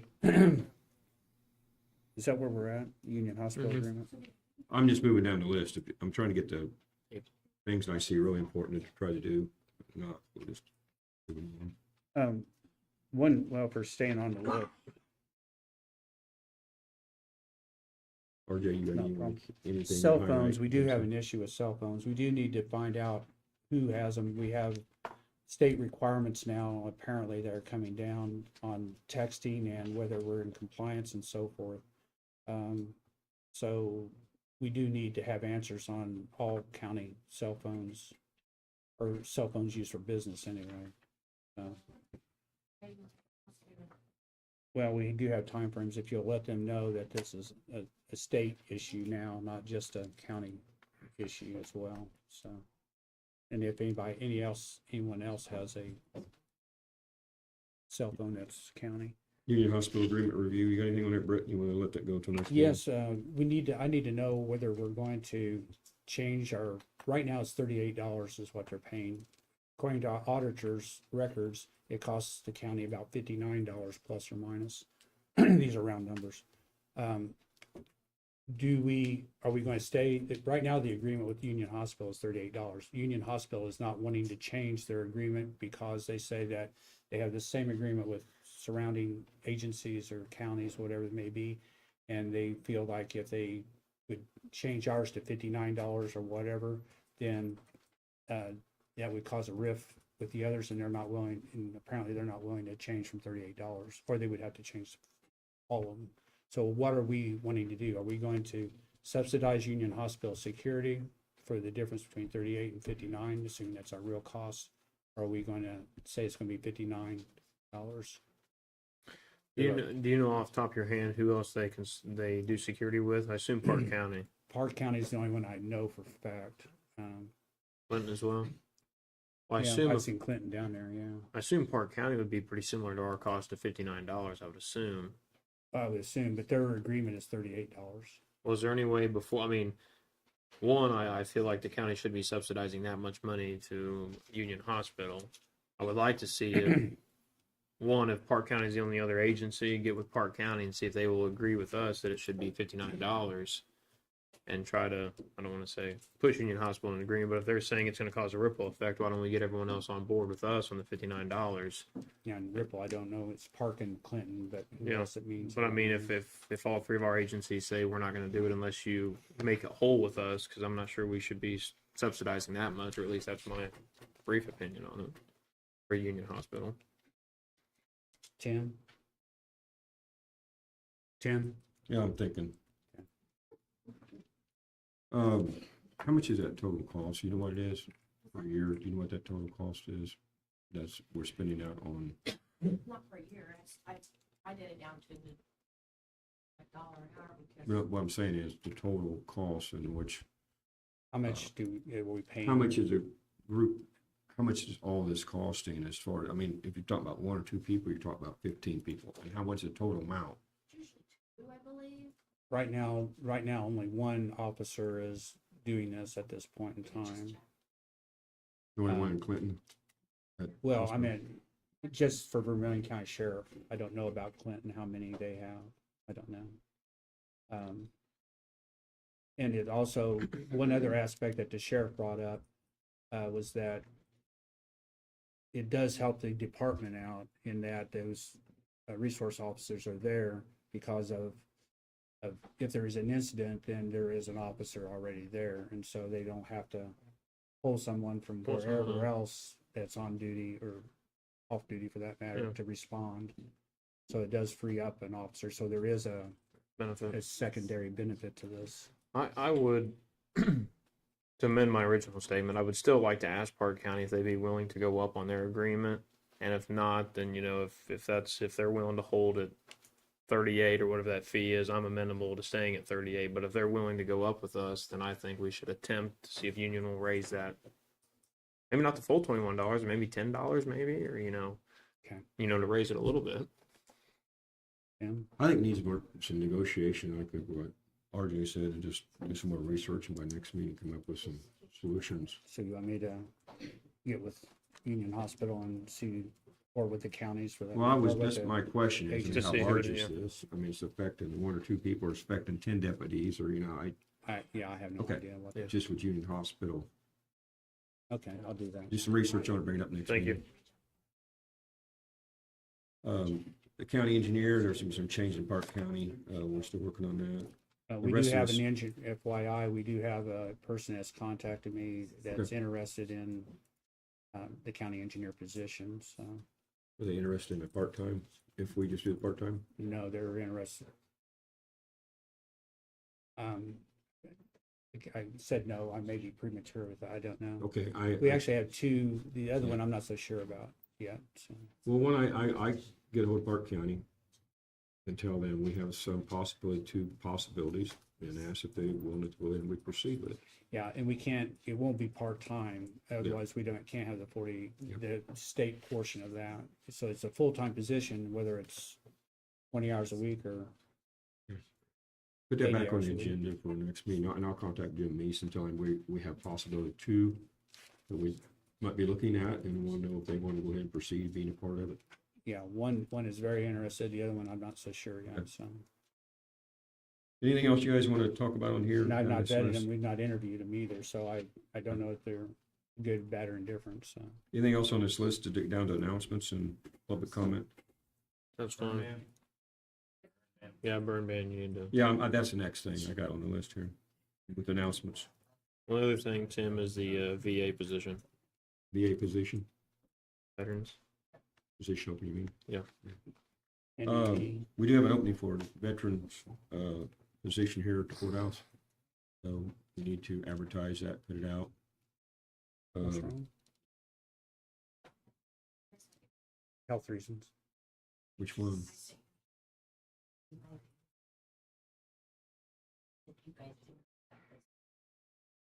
I must have missed it.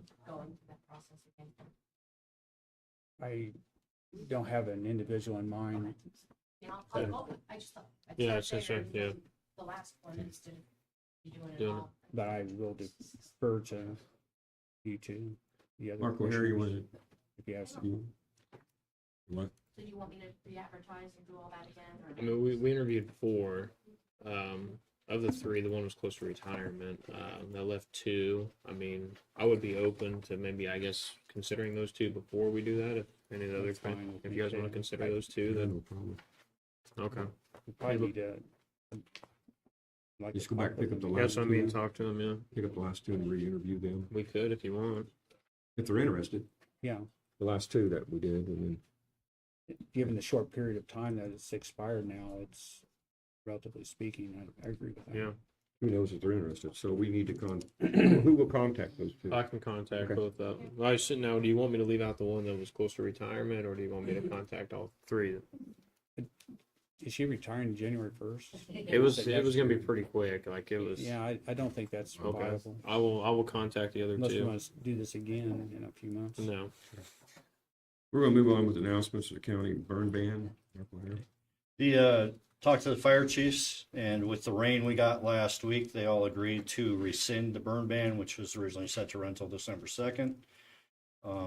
If you look at the weather, it's gonna be dry here after pretty much Thursday. We got wind blowing. We're gonna be right back where we were. People are gonna go out and stupidly burn stuff, so.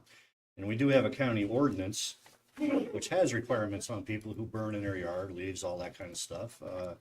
You pile leaves up against your LP bottle and then you blow your house up and blame it on the fire department. That's on you, not them. But so the fire chiefs recommended that we rescind the burn ban as of today. That was a unanimous thing. Sheriff's Department 911 did not oppose it, so. Can you explain to the public how that decision's made so they know? Basically, we look at what the National Weather Service is saying for upcoming weather. The fire chiefs all look at the amount of runs that they're making. 911 directors looking at it. When we put this ban into effect early part of November, I believe it was the day before that, we ended up with fires in like 5 counties around here. That all the county fire departments were providing mutual aid to other counties. Other counties were providing mutual aid to us, and that goes into Illinois. And it's all people who are starting fires on a windy day in dry conditions and have absolutely nothing in place to put that fire out when it gets out of control. The concern I have on this, rescinding this one, is that we only had, well, less than a quarter inch of rain most recently. The forecast isn't very good for rain, and the winds are supposed to start picking up Thursday, Friday again. Yeah, we're looking at a little bit on Wednesday night into Thursday, I believe. And at my house last week, we got an inch of rain on my rain gauge. Well, this is a countywide thing. Right. So it's, I don't get my feet wet when I go outside, put it that way. Even Right. do in the morning, it's not happening down this way. I'm not sure, it's a little bit premature until we're still deficient in rainfall even at that. Okay, until further notice, it's lifted. Well, it depends. Everybody's recommending that we drop it at this point, but I'm not sure we should. How many other counties have a bird ban right now? There's 2 counties in the state, we're one of them. Okay, but I don't think we should base our decisions completely off of the fact that some other county decides to lift theirs. After a little bit of rain that we had, Park County and everybody, Vigo County and all them raised theirs, but we kept ours because it was still dry out. There were still cracks in the ground. If you go out and check the creeks and rivers, there's not a lot of water running in the rivers after the rain we got because it's all soaking right into the ground. Which means that it's not there for the vegetation on the surface to keep nice and wet so it doesn't burn. We've had brush fires last week and the week before. So your recommendation is lifting it? Is to rescind it at this time. Yeah, we can always put it back in place if they start taking off again. The people of the county just need to be responsible. Just the fact that you don't have a burn ban in place doesn't mean you go out and pile leaves next to your neighbor's house to burn your leaves up, and then. Okay. So, I believe we'll probably be putting it back in place, but I'll go with what the chief. we'll go with you and you guys make the best decision. I'm all right with I'm signing in the agreement decision. with that. Right, RJ? I'm in agreement with that. I would like to just say, because the public, they have been probably calling all of us like they have me about asking this to be rescinded. Just use common sense. I know we have one fire chief, here today, and like these firefighters, they put their life on the line coming out, responding to fires that could have waited. They are burning leaves, they're burning brush. Most of these fire departments are volunteer, they're not paid. EMS is also responding to these things. My brother's on a fire department, he went to a call and you have people getting overheated on these calls, and it's just they're at midnight, 11 p.m. So just use caution out there, use common sense. We're not telling you not to have a campfire or not to have a weenie roast at your house, but don't go out and burn with high winds. So that's my only It's a comment. significant cost to the county fire departments and county for that matter. It's well over $1,000 every time they run out. Plus you have potential of other incidences happening when they're running. So it's a big deal. It's not just a matter you get to burn. Well, be responsible, my gosh. And if you got any questions at all, call the fire department. Even when the burn ban's in place, that does not say you can't burn. There's plenty of ability to burn in a burn ban. You just have to make sure that you're burning in a pit. You're not in an open area. You have a way to cover it. You have adequate water source to put it out. And typically, even when we were in the burn ban situation and people are calling on the phone, like RJ said, we were all getting phone calls. My response was go to the local fire chief and have them look at your situation. And I don't know that too many of them said no, as long as the people were prepared. Exactly. Thank you. Meeting on December 3rd is moved to December the 2nd. Commissioners meeting it is at 9:30 a.m. Next we have is public comment. We ask you to reserve your time to 3 minutes. And I'll put the timer up here and go from there. Anybody here with public comment? Any comments? Anybody? Nobody's going? Motion to adjourn then. Second the motion. All in favor? Aye. Aye. Thank you all for coming. Tyler, what do you got for me to sign? What is your thoughts about the Oh, my. funding